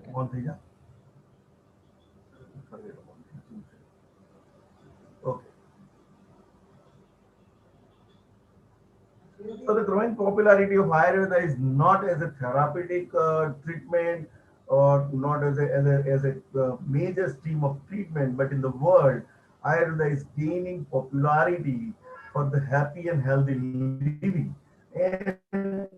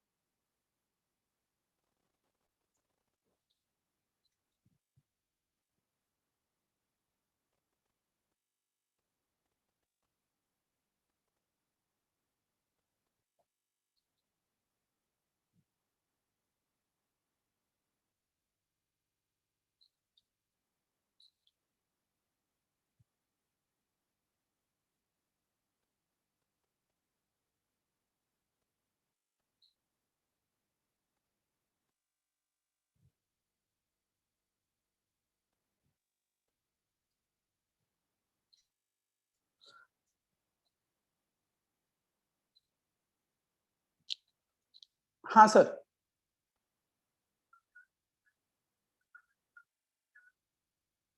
अब वही तो मैं कह रहा हूँ sir, वो कौन है अपना ऑपरेटर, कौन है?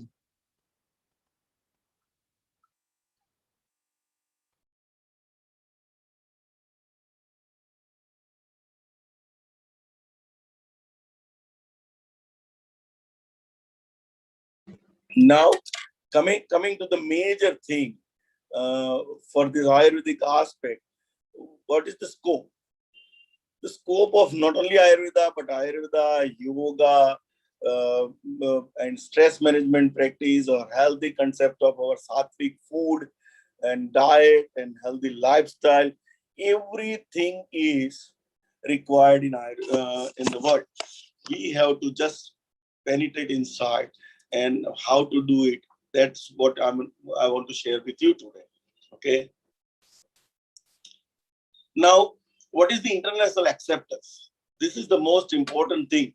Everybody's asking that we want to go to London, or we want to go to England or US and to practice Ayurveda. Is it legal or not? See, the question is, what is legal and what is not legal? Any medical branch, any medical therapy which is recognized by law in that particular region or in that particular country, it is illegal. Now, if we want to talk about the legal acceptance of Ayurveda internationally, we must know that it is originated from India, but accepted as a legal practice of therapy only in Sri Lanka, Bangladesh, Nepal, Pakistan, Bhutan, Sikkim, Maldives, now in a UAE and Switzerland. So these are the country lists where you can practice Ayurveda legally. In UAE and in Switzerland, you have to clear entrance exam. If you are a legal doctor in India having a proper degree or qualification of Indian recognized university, then you can appear in the exams of the UAE or in a Switzerland. And after clearing the local exams, you can get a license to practice Ayurveda in that particular country. Ayurveda is more penetrated as wellness industry all over rest of the world, in US, in Canada, in Europe, particularly in Germany, Brazil, Argentina, Japan, Russia, China. Everywhere Ayurveda has penetrated as a wellness industry, but there is no legal acceptance. Okay, so there you cannot practice Ayurveda as a therapy. You cannot treat anybody. Okay, treating somebody requires a medical legal acceptance. But for the wellness of somebody, yes, you can do it. In African countries, in UK, in Australia, there are some different situations. Say, for example, in UK, in Australia, you can practice Ayurveda. There is no law which can prevent you to practice Ayurveda. But at the same time, there is no law that can allow you to practice Ayurveda. So you have to understand this minor thin line, that there is no law which can prevent you to practice Ayurveda, and there is no law which allows you to practice Ayurveda. Means, again, you cannot use the word treat. The treatment is not allowed. Ayurveda, maybe there is no meaning for them as a legally. They don't recognize Ayurveda, but there is no law that if you say I can practice Ayurveda, there is no law which doesn't allow you. Okay. Any registered practitioner, medical practitioner in Europe, in US, in Latin America, can practice any complementary medicine. So many of our Ayurvedic students, they ask me always this question: I want to go to US and I want to practice Ayurveda. Is it any shortcut? Yes, there are some shortcuts.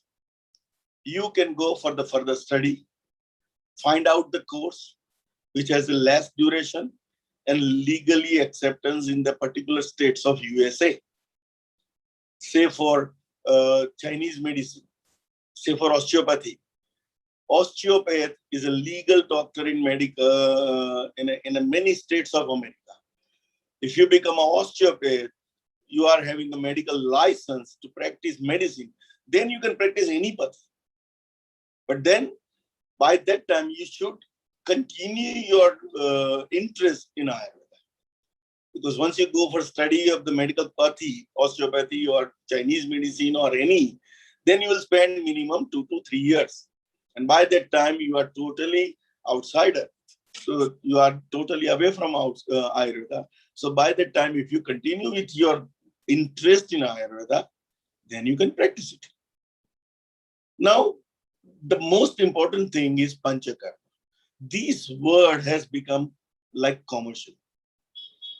When I started my practice in 1988 in Gujarat, in Ahmedabad, nobody was knowing the word Panchakarma. I can say that before me, I studied nearly 1 dozen Ayurveda doctors. They have started Ayurvedic and Panchakarma center in private practice, and most of them have to change the title, or most of them have to change the clinical practice within 6 months of practice, because there was very difficult to get the patients, because the common people was not aware about the Panchakarma, and most Ayurveda doctors, they don't refer the patient to each other. This is the limitation of this field. We don't want to discuss it here. But the word Panchakarma was very difficult to say or to practice in 1988. Today, you are very lucky that Panchakarma is very, very popular word in all over the world. Panchakarma is commercial word. Panchakarma gives you respect. Panchakarma gives you reputation. Panchakarma gives you money, fame, everything. But the thing is that, what is Panchakarma? The Panchakarma which you practice in India is different, and the Panchakarma what you want to do outside India is different. Being an Ayurveda doctor, being an Ayurveda student, what we learn in our colleges and university, that Panchakarma is a therapeutic Panchakarma. And again, I told you that the therapy, the treatment is not legally allowed in the world. So outside India, the Panchakarma is completely different. I have found very, very rare, very genuine Panchakarma centers outside India, run by either Ayurvedic doctor from India or Western doctor. Those who are qualified Western medical doctors, they run Panchakarma centers. But they are very rare. And very rare Panchakarma centers where I found outside India, where I found out they have very good facility of Vamana, Virachana, Bastis and Nasyas. In the West, Panchakarma is completely different. Abhyanga, Svedana, Shirodhara, Nasya, sometime Basti, Matra Basti, that is the Panchakarma is popular. Because they want to have Panchakarma for the wellness. So the difference of Panchakarma is a wellness, and difference of Panchakarma is the therapy. So we are trained, we are educated to use the Panchakarma more for the therapy or the treatment. But as soon as you step out of India, you have to forget the thing that you are going to treat somebody. Now you are more for the wellness facility, you are more as a wellness consultant, and you have to focus more on the wellness. So Panchakarma can be very useful for the like massage or Shirodhara or Avagaha Sveda or Pinda Sveda or external applications, all Purva Karmas. Even you would be surprised to know that in US, in many states, even if you want to touch somebody, if you want to do massage somebody, you need a special license. there are courses of massage which you have to get, you have to study and get clearance, and then you get the license as a massage therapist. If you don't have massage therapist license and you start doing massage, and if some patient sues you, if some client sues you, you will be in a great difficulty. So before you want to go outside India, we must check the legality of each and every country or whatever the place you want to visit. Okay, but more or less, Shirodhara is very popular. People, our Ayurvedic doctors are getting clients in the numbers, high numbers. We are earning money with the Shirodhara. If you are good with the Pindasvedas are also now getting popularities. Even in the market, there are ready-made Pindasvedas. So you don't have to make a potli at home or in your center. You can buy them from the market and you can do it. Very, very much technical support is available. Instruments are available in the Western markets about the Panchakarma. 5-star hotels, 3-star hotels, 7-star hotels are offering Panchakarma packages, but they are wellness Panchakarma packages. I would say in my 20 years, I have visited hundreds of Ayurvedic centers in 27 countries, but I like 2 centers very, very much. And both of them are having an extraordinary Ayurveda or Panchakarma facilities. That is, one is in Germany, near Hamburg, near Frankfurt. There is a small airport, is Frankfurt-Hahn. And near this Frankfurt-Hahn airport, I think just about 20 kilometers away from this airport, there is a small village. And there is a resort, or there is a we can say like a small castle. Old castle is turned up into Ayurveda center. The name of the hotel is Hotel Park Schlossen. That's the German typical word, Park Schlossen. It has accredited 5-star facility. Entire hotel is entirely for Panchakarma and Ayurveda. They have 80 rooms.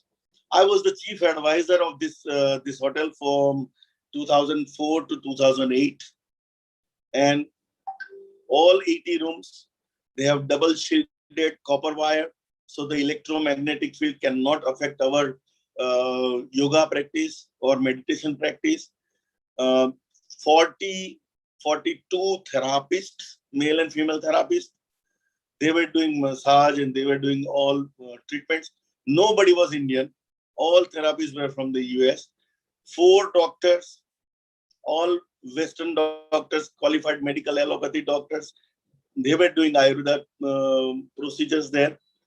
And the best was they have all rooms nicely designed in a Vata Pitta Kapha kind of rooms. Concept was from the Sthapatya Veda, not Feng Shui, not any other Chinese medicine. From our own Sthapatya Veda, they have designed the concept of this hotel. So that was the best center I know in the West, that where is the authentic Panchakarma you can find out. Another one is in Austria, between Vienna and Salzburg, middle of the country. There is a place called Pishlan. The Pishlan is a ski resort. The entire village having a different kind of skiing ropes and slopes. And there is a 7-star hotel, Hotel Pishlan, and they are offering Panchakarma. You would be very happy to know that I was even chief advisor of that hotel for 4 years. Again, similar 2006 to 2010. And 7-star hotel, the costliest hotels. The football teams, soccer teams of all Europe, they were staying in that hotel. And this hotel is offering Ayurveda and Panchakarma to their special wealthy clients. So this is the position of Ayurveda. We don't know. Outside India, we don't know that where Ayurveda stands. But people all kind of, all class of people, they are looking for Ayurveda. So from the single-star hotels to five-star hotels, resorts, spas, everything we can find out the scopes and opportunity. Now the thing is that we have to turn, we have to present ourselves not as only a Ayurveda doctor, but also as a wellness consultant. Only the gimmicks of the word is there. You are a doctor, you will remain a doctor, but then you have to present yourself as a wellness consultant or a resort consultant or spa consultant. Okay, so this is one aspect. Another one is the scope is there when you are coming on a large scale, in a big scale to this kind of people. There are hundreds and hundreds of small Ayurveda centers in entire Europe, in entire US and Latin America and everywhere, China, Japan, everywhere. There are very, very small, tiny, we can call it like micro institutions. They are offering their own education program. See, the funny part is there in the world, in many countries, they don't have any council to control the Ayurveda practice or Ayurveda education. So everybody has started their own courses and they teach Ayurveda in their own way, and their syllabus are not standardized. So somebody can have 15 days course of Ayurveda, or somebody can have 15 months course of Ayurveda. And many are offering 2 years or 3 years of courses of Ayurveda. When I visited first time Latin America, I was shocked and surprised to know that most of the countries, most of the big universities in the countries, they have postgraduate courses of Ayurveda. So for example, like Colombia, the capital is Bogota. And now Bogota University, they have Ayurveda department. In Brazil, Sao Paulo University. Sao Paulo University has Ayurveda department. In Chile, Santiago, capital is Santiago, university is Santiago University, and they have Ayurveda department. In Argentina, Buenos Aires University, Ayurveda department. Even the Buenos Aires University, the head of the department of Ayurveda and Panchakarma is Dr. Luis Berra. And George Berra, Jorge, they call it Jorge Berra, he has visited Jamnagar several times. So many of our students from Jamnagar, they know Dr. Berra. And the Berra is serving there from more than 20 years now. So more than 20 years, they are teaching Ayurveda in the universities. And the courses, the participants in these universities, they come to learn Ayurveda. They must have post-graduation in allopathy. See the funny part. After spending more than 10 years and getting the recognition from the modern medical science that you are now MD in Kayachik is our MD in surgery, cardiology, surgeons, pediatricians, gynae, any kind of postgraduate allopathy doctor, they should come to learn Ayurveda, and they offer 3-year post-graduation courses. And now we are fighting with doctors, and we are trying to put Ayurveda in our MBBS course. So this is the world scenario. Now, if you want to go somewhere outside India, you can sneak in such kind of institutes. There are many micro Ayurveda institutes offering Ayurveda courses. You can contact them with the internet, make your networking powerful, offer your services as a teacher or trainer in that micro institutes or big institutes. There's a vast scope. Not compulsory that you earn money only from the treatment aspect. You can become a teacher. You can train them for Panchakarma. You can teach them Ayurveda and can have good payment. Definitely. Ultimately, we are going to do that payment. Many new instruments available in the West. If you have some kind of innovation or innovative ideas, you can jump into the market with your new innovative products. I think most of you are from the final year students. So you must be knowing there are different kind of Shirodhara machines available in the West. Have you seen Shirodhara in a portable form? Just like a kind of a small pillow and getting the Shirodhara, the Wanderdhara. Just surf from the internet, go with the Wanderdhara. You will see the very tiny instrument. You don't need a massage table. You don't need anything else. And only with this Wanderdhara, this can be fixed in your backpack. You can go anywhere and start Shirodhara. They are doing such kind of innovative instruments. Portable steam bath machines are there. Portable Shirodhara is there. Even the massage tables. We have never seen this kind of massage table, hydraulic tables, what normally we use in a surgery, in OTs. That kind of hydraulic tables we are using in massage. Thronis, different kind of our thronis, not only wooden throni, but in different material, and how to collect the oil, and very easy, compact and clean. Okay, so that is also there. So in instruments, if you have innovative ideas, you can make a scope in that one. Food and food product, hospitality industry, restaurants, food and food product. There is a scope, wide scope.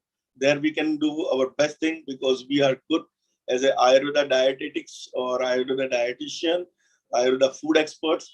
We can have a good scope there. There are plenty of periodicals and journals published in various parts of the world. You can write down good articles, or you can make contribution in that journals or write books. That is more important. Now, coming to that last part, that the wellness industry is open for all of us, being an Ayurveda doctor. But there are some challenges. Okay, it is not so easy. First challenge is personality development. Second challenge is knowledge improvement. Third one is management skill development.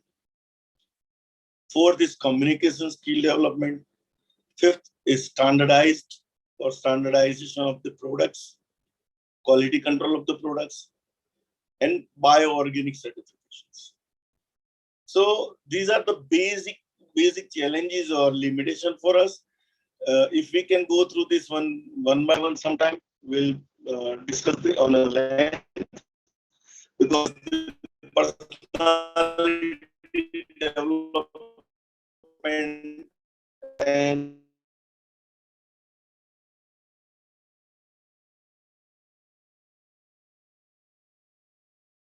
work, that is most important in the West. So I think I have to stop now, and thank you very much, all of you, to give me this chance to address such a magnificent crowd, or our future Ayurvedic doctors. I'm always available to you anytime. Whoever wishes to contact me, you are always welcome. Thank you very much. Thank you so much, sir. Thank you, sir. Thank you very much, sir.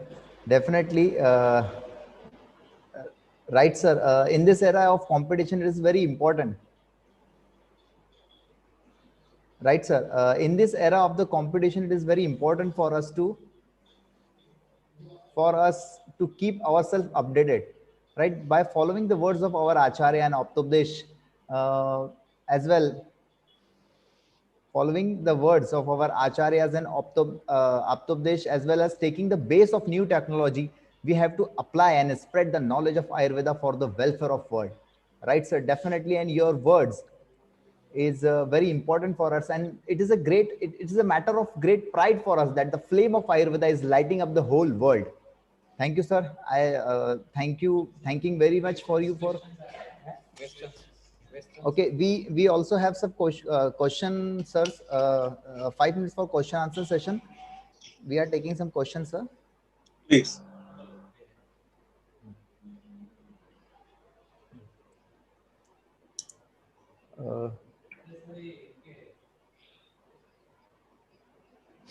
Yes, sir. Just.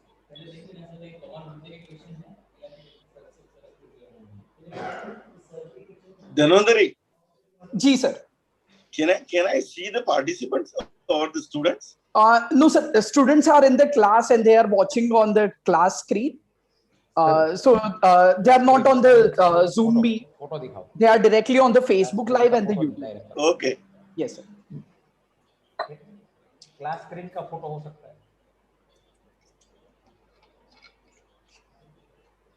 Sir, the basic questions that were that which are the places where we should go, or what is the actual way through which students can go to a foreign institute and practice?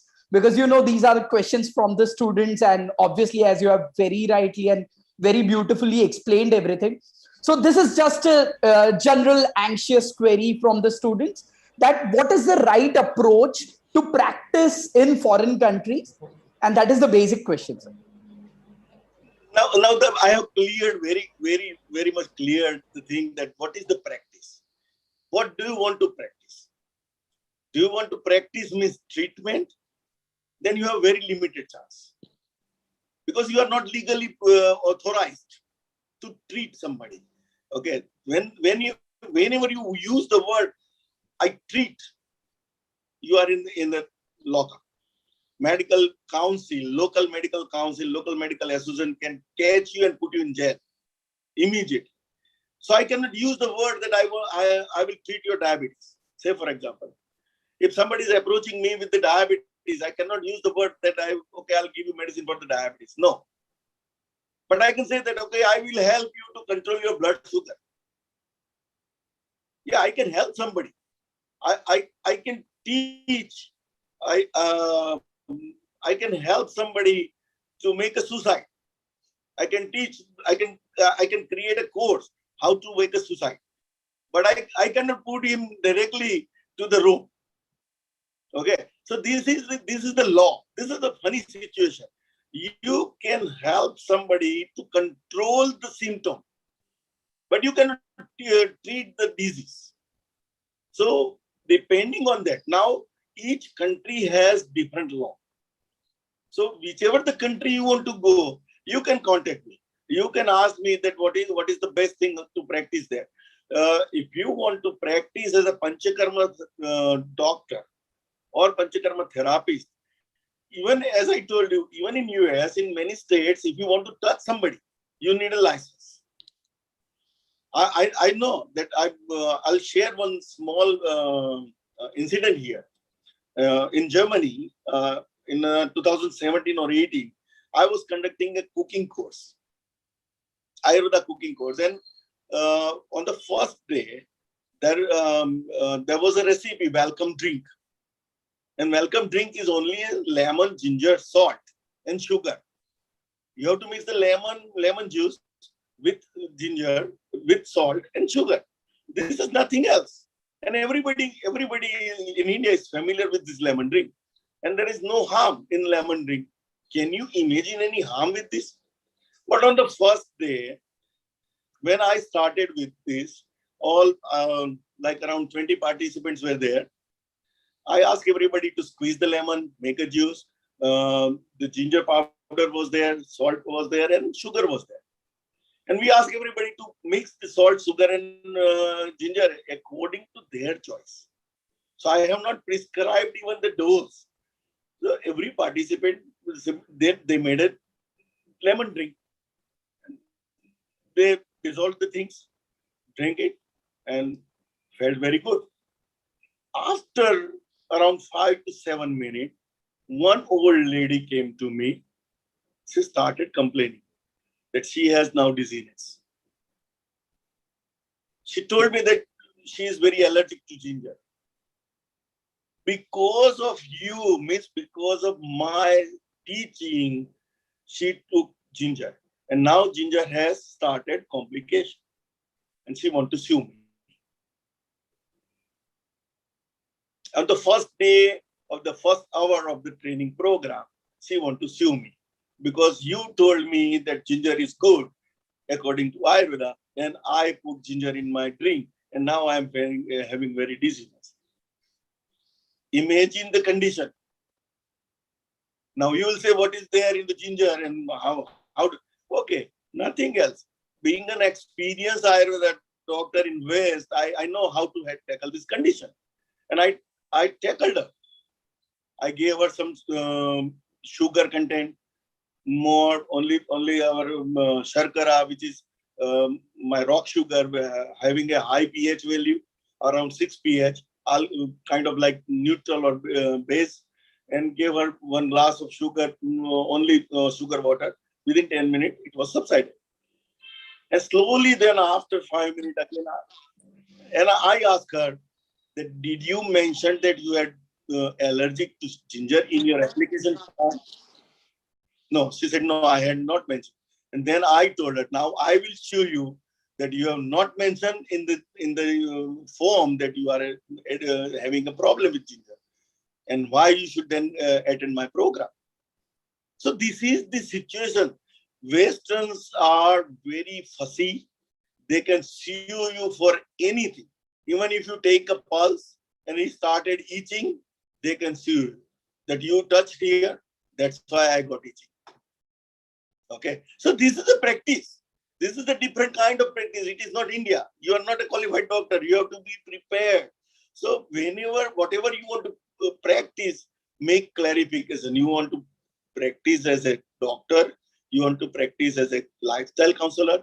You want to practice as a teacher, or you want to go with a food consultant or diet consultant or lifestyle consultant. Select your field first of all.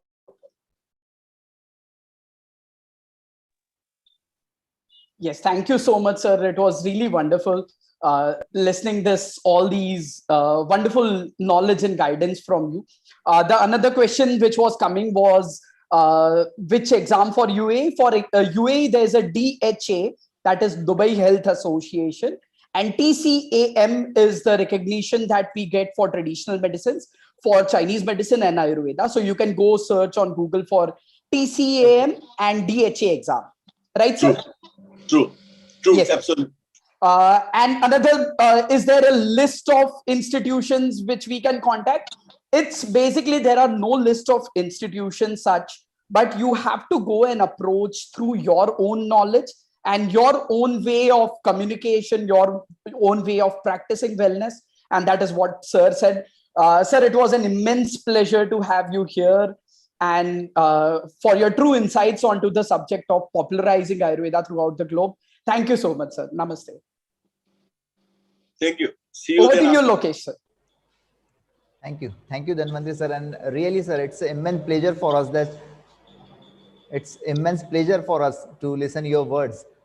Definitely, sir. It's give energy and it's boosting to and clear the doubts those students having for practicing future in around the world. Thank you, sir. Thank you very much.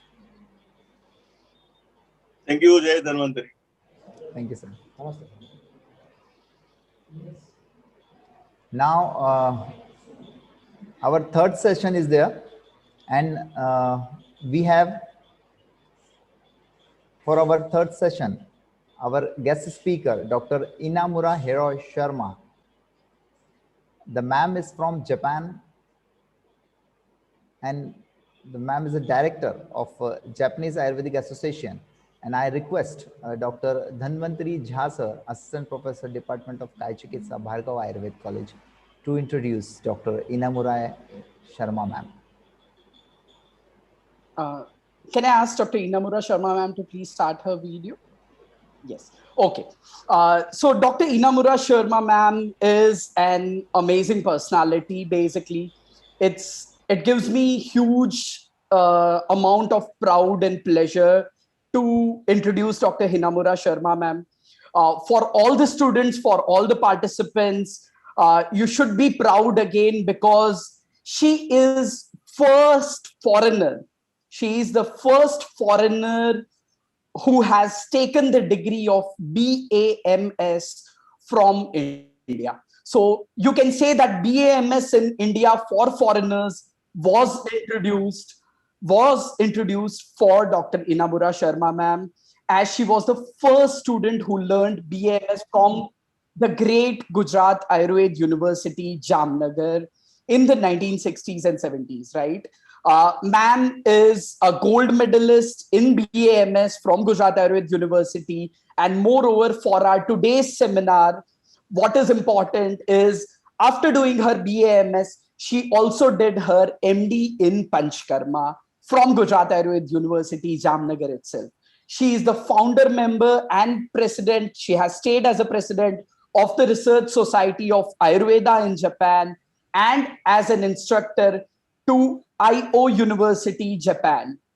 She is also known as the mother of Ayurveda in Japan. If you go to Japan today, you would see at all the cities, you would find an Ayurveda center, and which was not there before few years. But Inamura Sharma ma'am made this possible. She did her BMS, she did her MD, and then propagated Ayurveda in Japan drastically. She started with all the Japan research societies, Ayurveda centers throughout Japan. And so it's a proud, proud moment for the whole Bhargava family to have Dr. Inamura Sharma ma'am on here. So I would hand over the proceedings to Dr. Inamura Hiroi Sharma ma'am. You're most welcome, ma'am.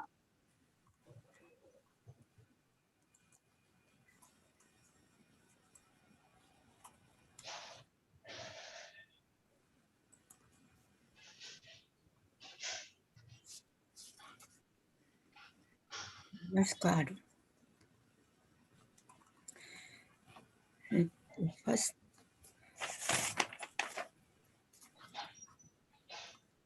I want to share my slide.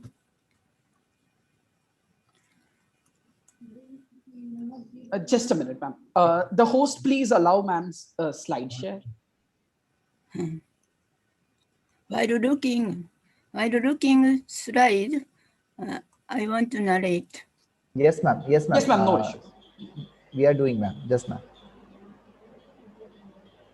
Yes, ma'am. I think it's almost done. You can share screen now, ma'am.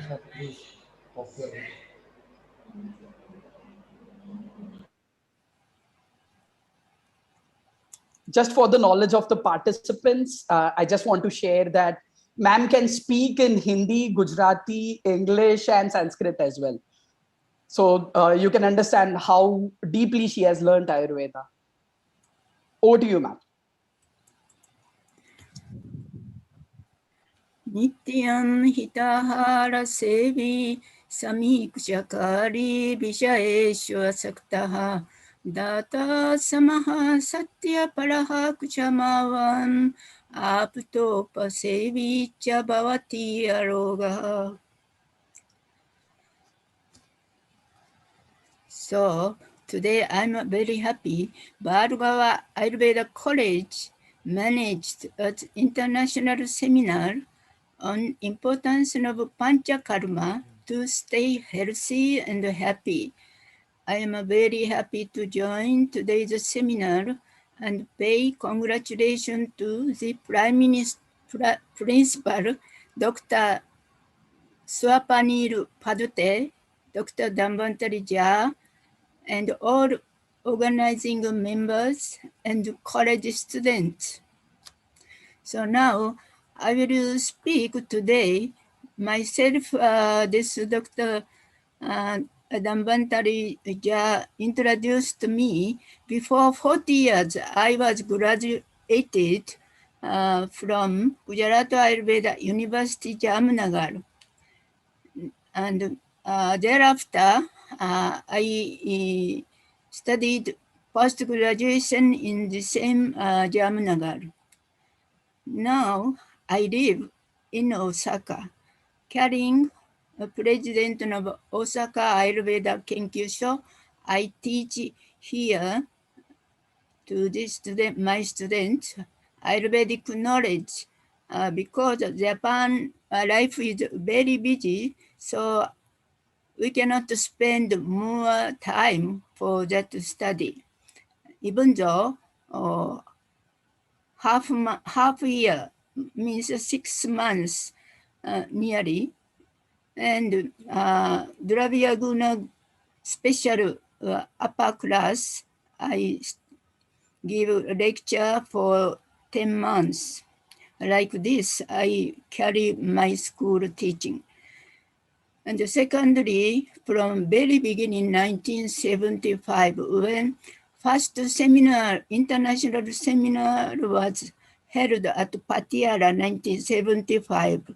That time I visited India first time. Thereafter, we framed Ayurveda Society Japan. Since we are carrying up till now, 50 years passed.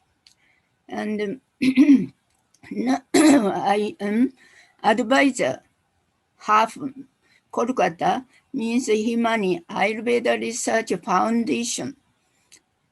Like this, my activity is there. So today, in the limited time, I want to introduce the work of Japan regarding Ayurveda. So I cannot speak whole, but some good work was done in Japan that I want to narrate. First thing, drug research. You know all about ashwagandha. Ashwagandha is very good for neural disease that you know very well. And day to day in the clinic, in the hospital, you describe ashwagandha churna like this, and we are getting good result also. But here in Japan, one professor team has worked out regarding drug research.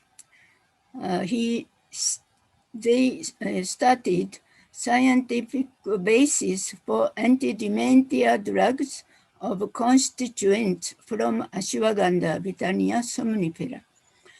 Dr. Chihiro Toda and Professor K. Komatsu and Dr. K. Kuboyama. This was carried Research Center for Ethnomedicine Institute of Natural Medicine, Toyama, Medical and Pharmaceutical University, Japan. It is just like a local area nearby Japanese Sea. In the middle, it is situated. Then they have made experimental study. After that, they found that experimental study found that rats injured spinal cords were given orally alkaloid extract of ashwagandha root, that is betanoside 4, betanoside 6. It was given orally for 20 days, sorry. Then thereafter, highly significant improvement in motor function of indolin myelin containing a lot of fat that forms covering around nerves, especially in the brain, protecting and helping them to send signals effectively. Growth of action, formation of synapses, these betanoloide A, betanoloide 4, betanoside 6 are therefore important candidates for the therapeutic treatment of neurodegenerative disease like Alzheimer, injured hindlimb, as it is able to reconstruct neural network. In Ayurveda, you and we use for Vatic disease and getting nice result till now. You know well. This is the scientific work proved of efficacy of Ayurvedic medicine.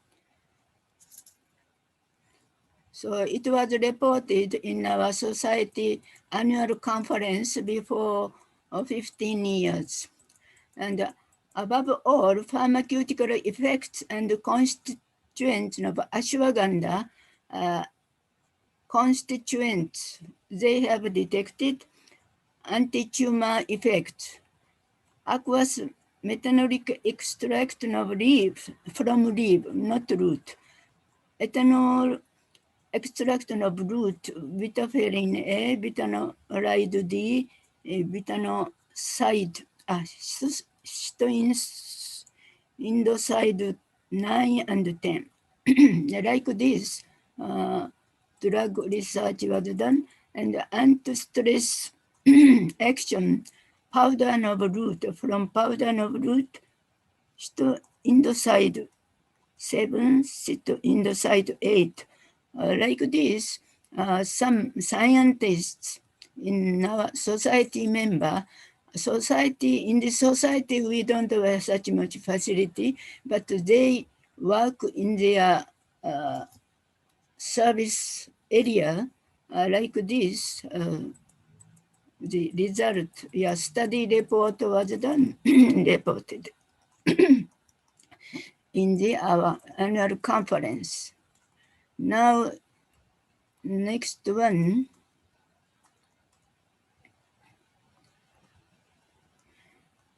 Just doctor reported many a times about Shirodara. It is very effective to make stress removing. So how it acts, what is the result? We researched, we made research, clinical research. Shirodara, this is, did you see this one? Photograph? Is it visible Yes, to you? yes, ma'am. Yes, ma'am. Yes, ma'am. The slides and photograph are visible. This automatized healing robot was prepared by the Dr. Uebaba. He is known to you also. Healing robot, it is called.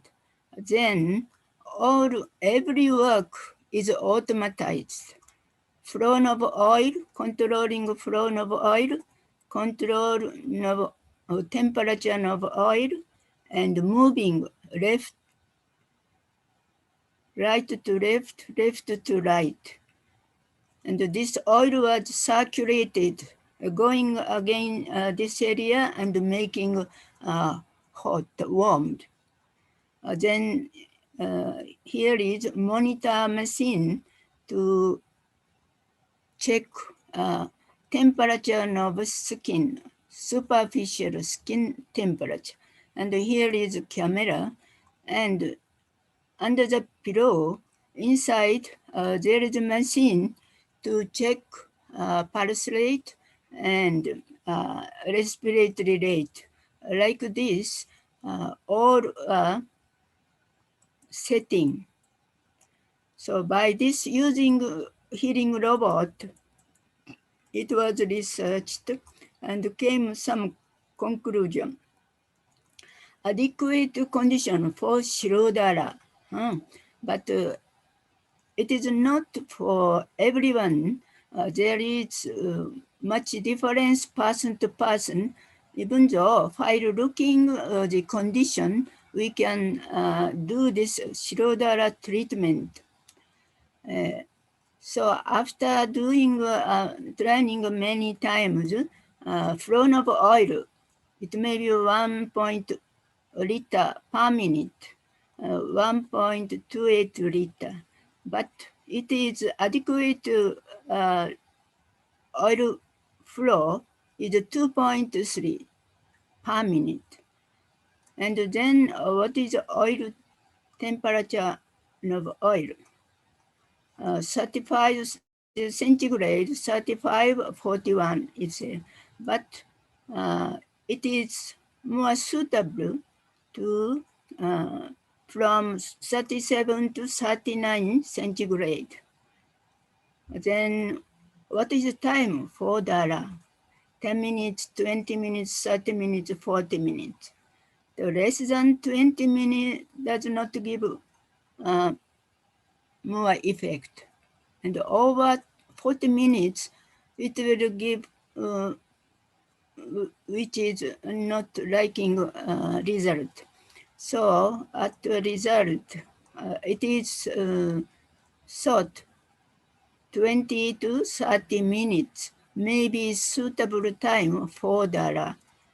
1 hour and 50 minutes in the salon. In Japan also is there who is doing Shirodara. They give 1 hour 60 minutes and taking money much 30 minutes, taking less money, not like that. This adequate condition of Shirodara may be decided, practice in this way. Then after, while doing, before doing Shirodara, EEG was checked. So here before, this is this figure, EEG, you know very well. Before treatment, this is condition, before Shirodara. Then here is alpha wave, theta wave, and delta wave. And during Shirodara, this is the figure. And after Shirodara, this is the EEG. Means this most important thing, alpha wave, this wave is observed. Generally, you do this yoga practice, and when you do deep concentration for a long time, then this alpha wave was observed. So Shirodara gives after, even after Shirodara, after treatment, the brain remains keeping alpha wave.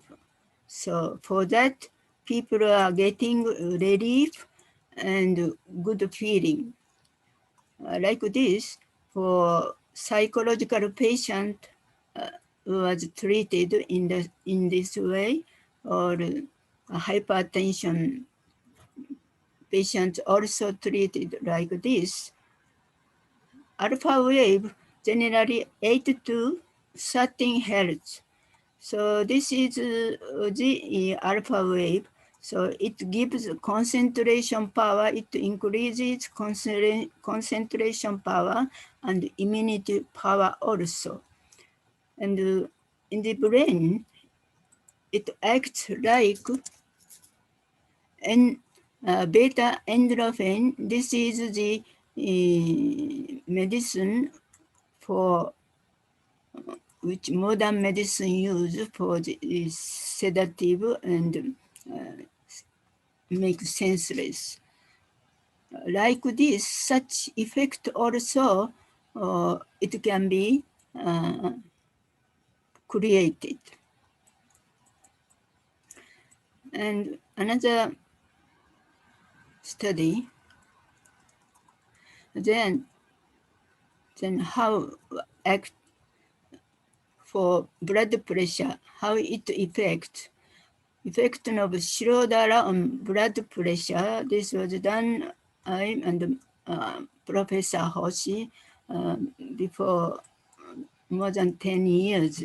He is now no more. At that time, every 1 minute we measured by the instrument, and this is systolic blood pressure. And the red one is diastolic pressure. And for 20 minutes we checked. Every minute it is measured. So it requires 6 to 7 person to measure such work. Then up to 10 minutes, this is systolic. There is up down is there. But after passing 10 minutes, it becoming down. And after 15 minutes, blood pressure becomes down. And diastolic also having a zigzag wave, but low blood pressure is after 10 minutes, gradually it will become down. Like this, we have noted systolic and diastolic blood pressure both decreased during treatment for 20 minutes. This was observed. And another effect of Shirodara on body temperature. So leg temperature, leg finger superficial, this is blue. And the pink one is temperature of hand, then green one, chest region. So like this, we checked it. This also every minute we checked it. Then this is chest, this is leg, this is hand. And nearly 1 centigrade temperature became high.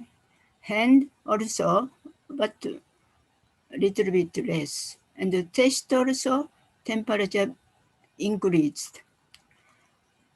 This, it shows the Shirodara. After Shirodara, during Shirodara, people get somewhat drowsy, unconsciousness condition. And time passing, patient goes deep sleep like this. So relaxation is there. It gives the relaxation. So frontal region, we put this Shirodara. There, this parasympathetic nervous system acts very much. Therefore, people are getting some good spacious, मतलब शांति आ जाते हैं और good feeling. Somewhat drowsy type also continued. Like this, by doing this Shirodara, patient getting much stress and cannot continue his service, her service. Such patient I treated in Japan. It will take 3, 4, 5 months, even though she was not getting good relief by the modern medicine only. Then she came to me, and both medicine I utilized, but minimizing modern medicine and increasing Ayurvedic medicine. Like this, now after 6 months, she became all right. Now she started to join again in her service. So it was very good cases. Then next one, what I have done, analysis of oil used for Shirodara by X-ray fluorescence spectrum. I took Professor Hoshi and myself, and he, by his help, this was result. Unused till oil, what is most found element? This is zinc, you know. this is shown ppm, and there are 4 samples, and one sample after finished Shirodara collected oil, then examined. Then TB terbium, this is 21 point. The zinc also, zirconium, another model, then zinc, zirconium, like ytterbium and zirconium. Such way, analysis was done. The analysis found zinc, arsenic. These are biotrace elements, which is necessary in our body, but it is a very minute quantity. Deficiency of zinc effects function of the prostate glands and weaken sexual power index. Zirconium has high melting point and may act an antioxidant effect. Because till oil has many antioxidants as sesamin, sesaminol, tocotrienol, vitamin E, as you know. These are known as anti-aging effect. So when Abhyanga Swedana doing every day or to anyone, we are getting such result, and sexual power gained, and our skin becomes very smooth and young. Like this, many effects, it is written in Ayurvedic text also, but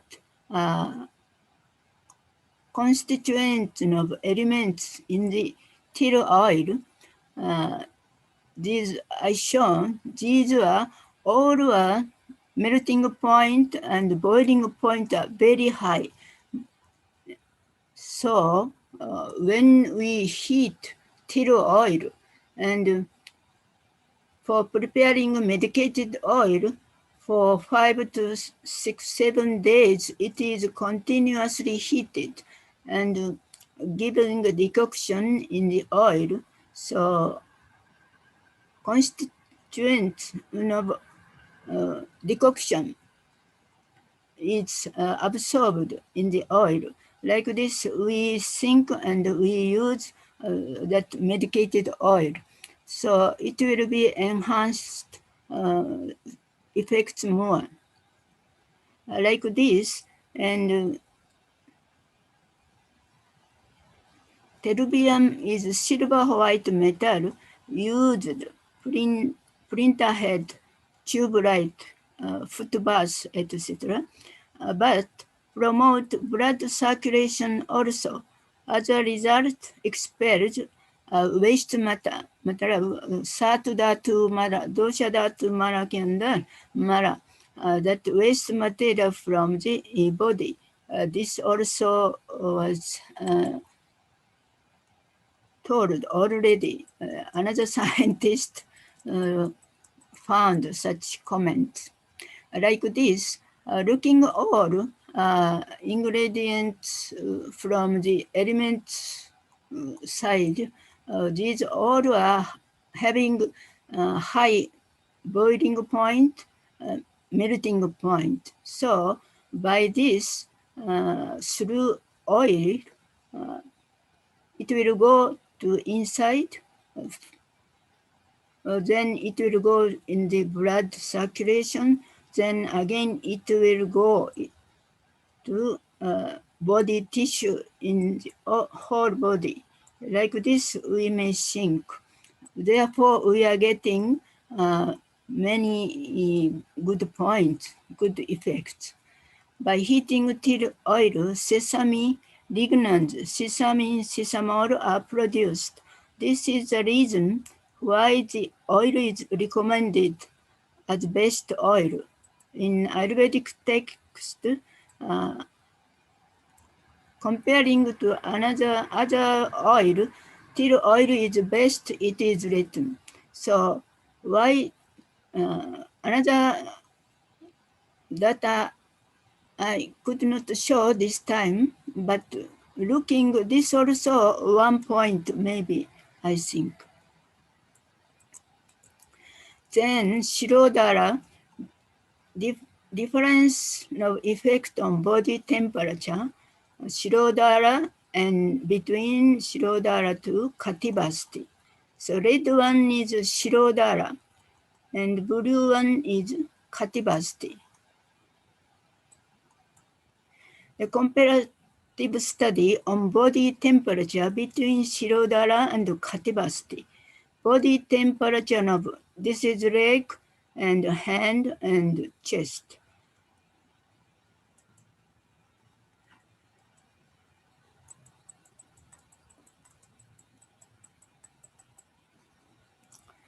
Increased higher than Katibasti.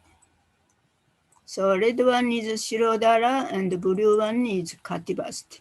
So in hand, this increasing temperature is very high.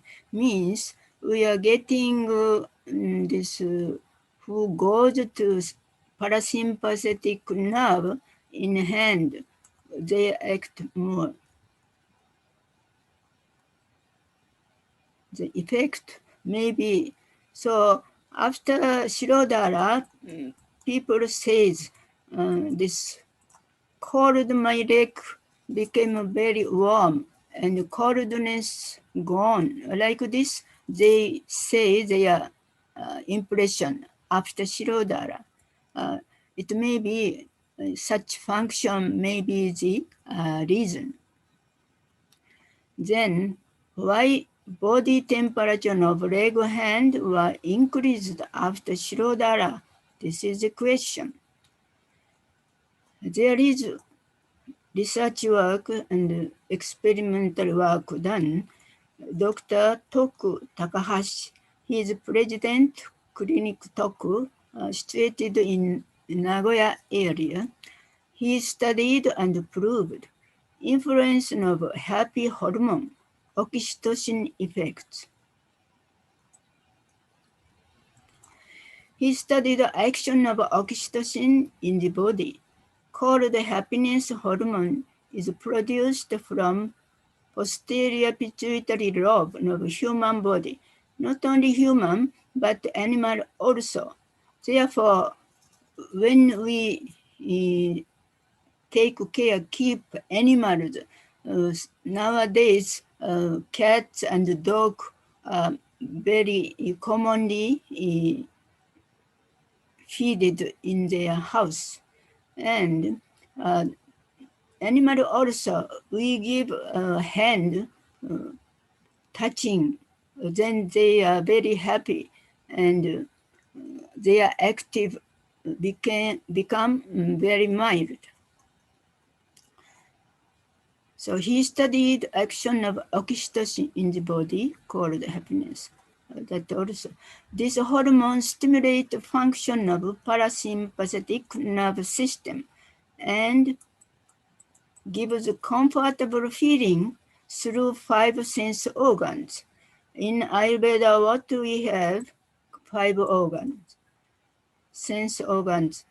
Skin, this is for touch. We do Abhyanga Svedana, and eye, we look good thing, beautiful thing, a flower and very lovely thing. So for that, we Netra Tarpana is there. What Ayurvedic treatment is there. Then nose, this is smell. Good smell is everybody likes. For that, nasya we do. Ears, good sound, music, and good words, good talking. That will be done ears, through ears. Then Karna Puranam we do. A tongue, good delicious food we eat and enjoy.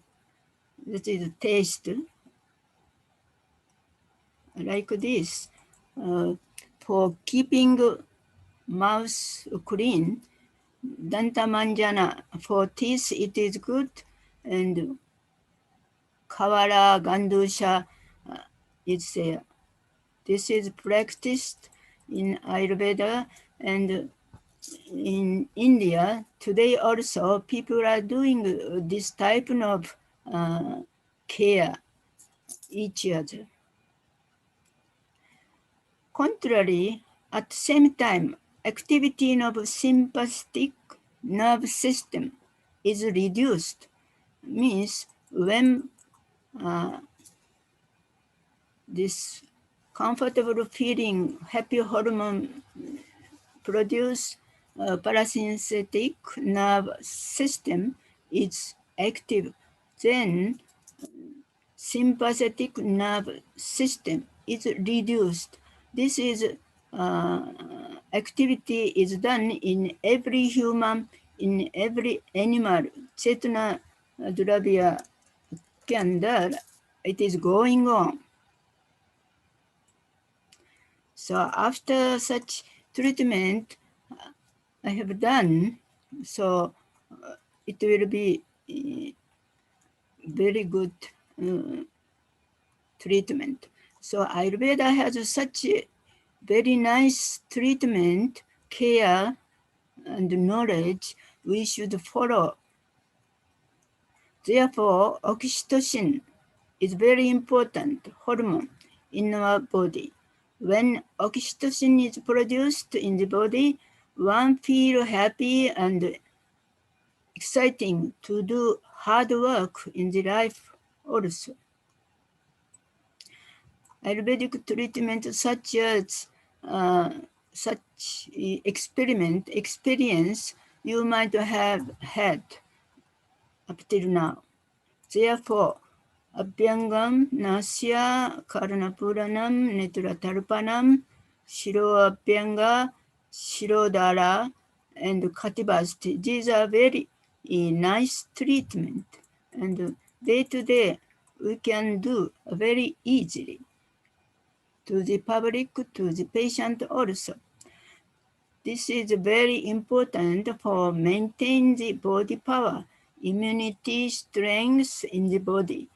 Ayurveda gives such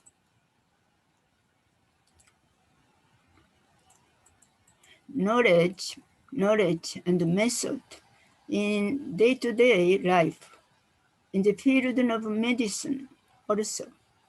This treatment use much quantity of medicated worm oil. This may be related with production of oxytocin. Even we speak words of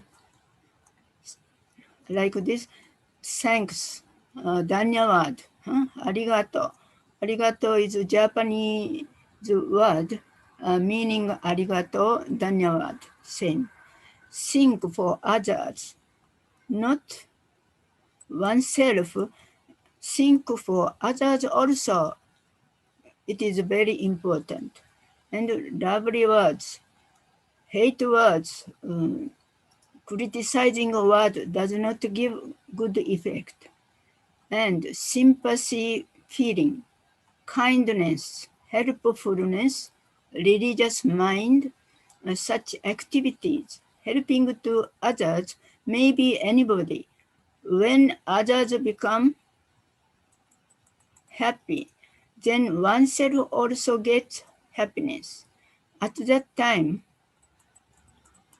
oxytocin increase in the posterior pituitary lobe in our body.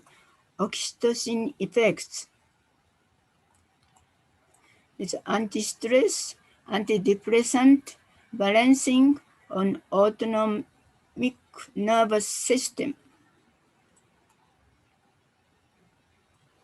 Intracerebral narcotics, analgesic effect, GABA, these are the effects of oxytocin. Nowadays, modern science and scientists are interested in Indian philosophy to prove and find cause of religious activities by using modern apparatus. because of many changes of the physical mind phenomena observed in our life. In near future, Atma may be visualized by the scientists of the world.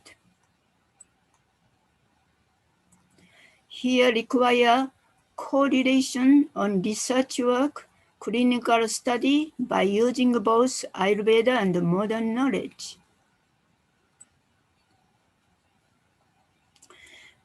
Like this, research work is going on. So one clinical research adopting is Kshara Sutra treatment to fistula in ano. Here, they all are anorectal surgeon in modern medicine in Japan. And some years back, we organize every year seminar once in a year. We get together and discuss about this. So Dr. Odi Dave, Jodhpur, he was called and invited. Again, by Association of Modern Anorectal Doctors, he came twice and presented Ayurvedic Kshara Sutra treatment. Now in Japan, 50 anorectal clinics in Japan are applying Kshara Sutra treatment. Dr. Kenji Tazawa is guiding team. Seminar continued for 16 years. So more than 2,000 patients were treated and getting 96% cured. Such a result, good result is there. Now, I framed the Panchakarma Society to promote Panchakarma treatment in Japan, but it is very difficult. Law is there, no? So 2-3 years before Vastikarma training we have done and called Dr. Predumna from Kolkata. He has managed very well. Still require research clinically. Present, there is no clinic to adopt Panchakarma treatment except Hatai Clinic, Tokyo. So I am seeking such doctor may come. Present, it is very difficult to practice Panchakarma treatment in Japan due to government policy. Even we are trying to develop it. This condition was told just the previous professor, he narrated. We are to go according to law. Then stress check was done after nausea. Nausea up till now from in the ENT clinic in modern doctor, they cannot do. Only one doctor who is cooperating, but only for training sake, I go to this clinic visit with my student, and after nausea, we check, examine like this. One day backside another. So like this is the after nausea we have checked. Stress check such a machine is there in the computer. We put and for 5 minutes putting a hand this sensor, it gives such result. Then pulse, and this is sympathetic nerve. This is relax parasympathetic. And both balance are shown here. If it will go, then synthetic nerve is active. And it comes down blue, then parasympathetic nerve is dominant condition. Such way we could judge. And physical tiredness, this is range. This is go to red, then it is too tired. And strongness of stress against stress, such way. And lastly, body and mind, what is balance condition. So this, if we'll go up to 100, it is more good condition of body and mind balance. Like this, it is easily we can judge. And treatment of 1 diatwa. This was done by me. Treated for 30 months Ayurvedic and modern ways. After 11 years of marriage, they came. So after that, this time succeeded, and these twin girls was born. And now they are a primary school 3rd class and very active and studying of school, study in the school also they are getting very good mark.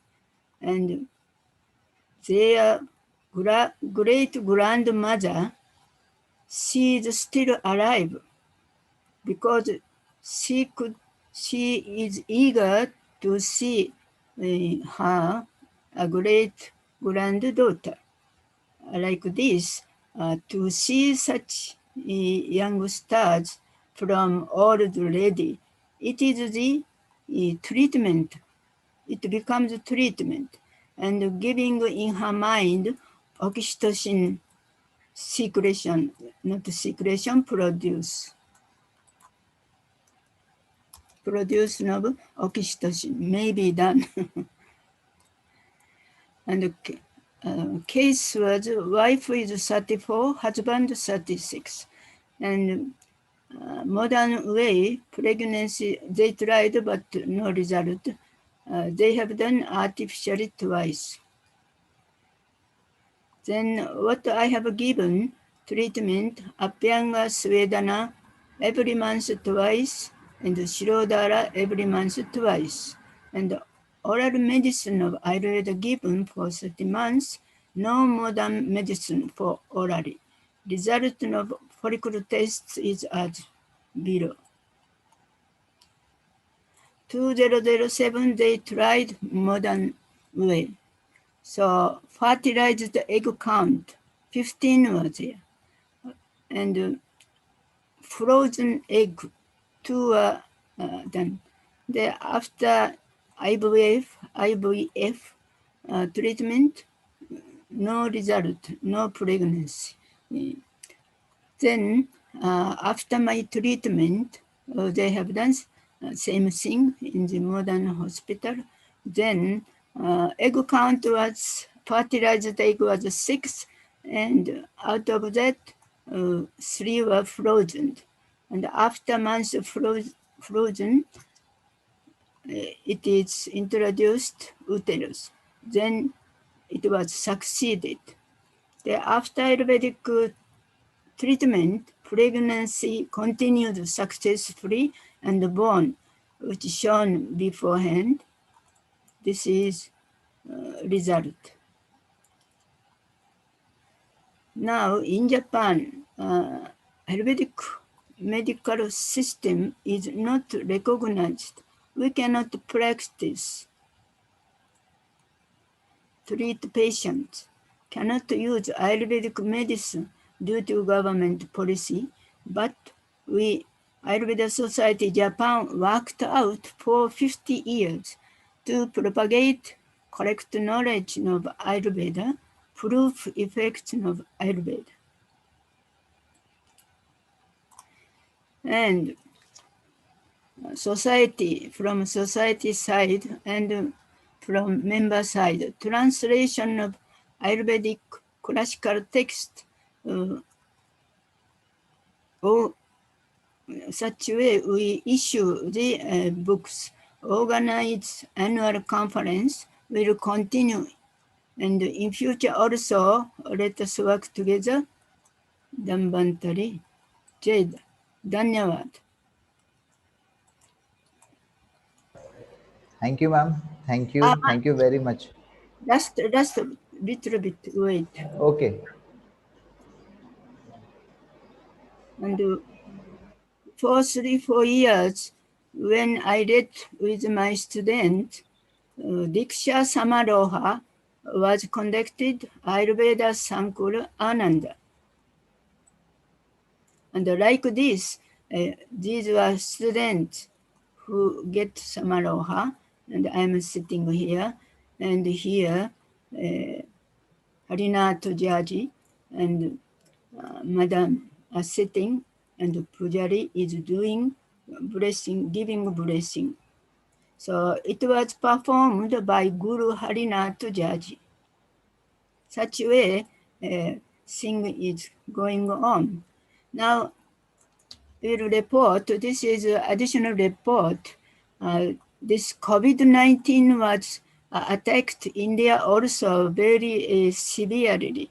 So we thought we should do somewhat help.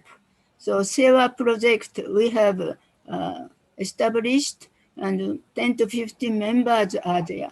So we started middle of May and June end, up to June end. It was closed now, but this amount of N, which is collected for the relief mission, and 386 people are joined for this.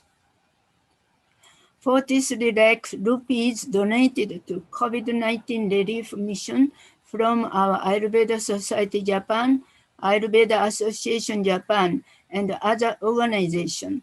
15 oxygen concentrators were donated to the Indian Red Cross office at the first week of this June. And this is the evidence. Here is oxygen concentrator they brought. Like this, our mission is going on. So again, I am very much thankful to Principal Saab and Dr. Jha and organizing members and students. So like this, Ayurveda is a very nice science and useful science. Therefore, we should meet together and unite together and make clinical evidence and doing to modern science also we may join with such scientists and prove our Ayurvedic efficacy and giving a good result, good help to the people of the world. Dhanyavad. This is my speak. Thank you very much. Thank you. Thank you. Thank you, ma'am. Thank you very much. The clinical aspects of Panchakarma that you explain will surely motivate our students for research work. You are a real inspiration for us, ma'am, and your dedication for the Ayurveda. I would really thank you, ma'am, for accepting our invitation for this webinar. Thank you, ma'am. Ma'am, we also have organized, I would like to one announcement that, ma'am, we also have organized poster presentation competition, and that session is from tomorrow session, afternoon session, after 2 p.m. to 3:30 p.m. That's links is different, and we are totally get 24 posters for that, and we selected in between from 24 we selected 17 posters for the presentation, and that session is an afternoon session, ma'am. Dhanvantri Jha, sir. Yes, thank you so much, ma'am, for your wonderful insights to this science and to Panchakarma practice that you're doing in Japan. And it was an immense pleasure to have you here. And always it's a pleasure to listen to you, to see your thoughts and your amazing work that you are doing in the field of Ayurveda in Japan. And not only Japan, madam has been working for many global projects as well. And all the students might have seen the amount of work that she is doing along with modern understanding and taking the use of modern perspectives, taking the use of modern technologies, as you can see from ma'am's slides and the things that she showed. It is really immense pleasure and proud for not only the Bhargava Ayurveda family, but the whole Ayurveda family and fraternity in India, that people from foreign countries are taking up Ayurveda so seriously and taking it and practicing it around the globe. Thank you so much, ma'am. Namaste. And I would also like to thank you for your immense and huge amount of donations for India and for COVID-19 relief in India. It was really an amazingly noble thought.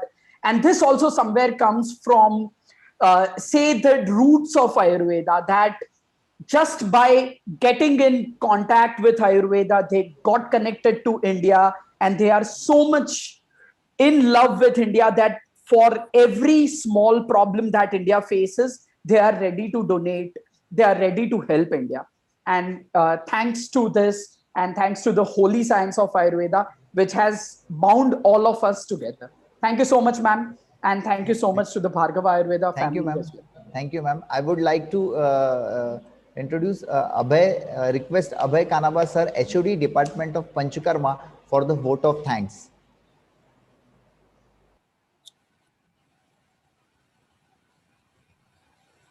Thank you very much, Dr. Lokesh sir. On behalf of Bhargava Ayurveda College, I, Dr. Abhay Kanabar, Associate Professor, Department of Panchakarma, thank you from bottom of my heart for being with us. I thanks our chairman, Mr. Bharat Patel sir, Secretary Viral sir, Campus Director, Dr. R.D. Patel sir. Good support to manage this event. I also thanks our principal sir, Swapnil sir, for giving us proper guidance. I also thanks to all my fellow teaching, non-teaching staff, administrator, Tushar Bhai, Nikunj Bhai, and also Mr. Sneh Patel, technical team, Dr. Sandeep sir, Dr. Bhushan sir, and also very much thanks to Dr. Dhanvantri sir. Many, many, many thanks to young and dynamic, enthusiastic, my assistant professor, Dr. Lokesh sir, special thanks to you. Last but not least, especially thank you all friends. Without you, this is not possible. And again, thanks bottom from my heart, Dr. Srinidhi Kumar sir in Rajasthani, Dhanwad sir, special thank you. Dr. Prerak Shah sir in Gujarati, Abhar. A means Ao, Bha means Bhav, Ra means Rakjo. Sir, next પણ તમે અમારી સાથે જોડાજો એવી અમારી શુભકામના છે. And Dr. Inapura madam in Japanese, you also taught us terminology for thank you. That's why again thank you madam. Arigato means thank you. So I specially arigato gozaimasu means thank you very much to Dr. Inamura madam. Thank you very much. Now today's session is over. Thank you, ma'am. Thank you once again to all of you.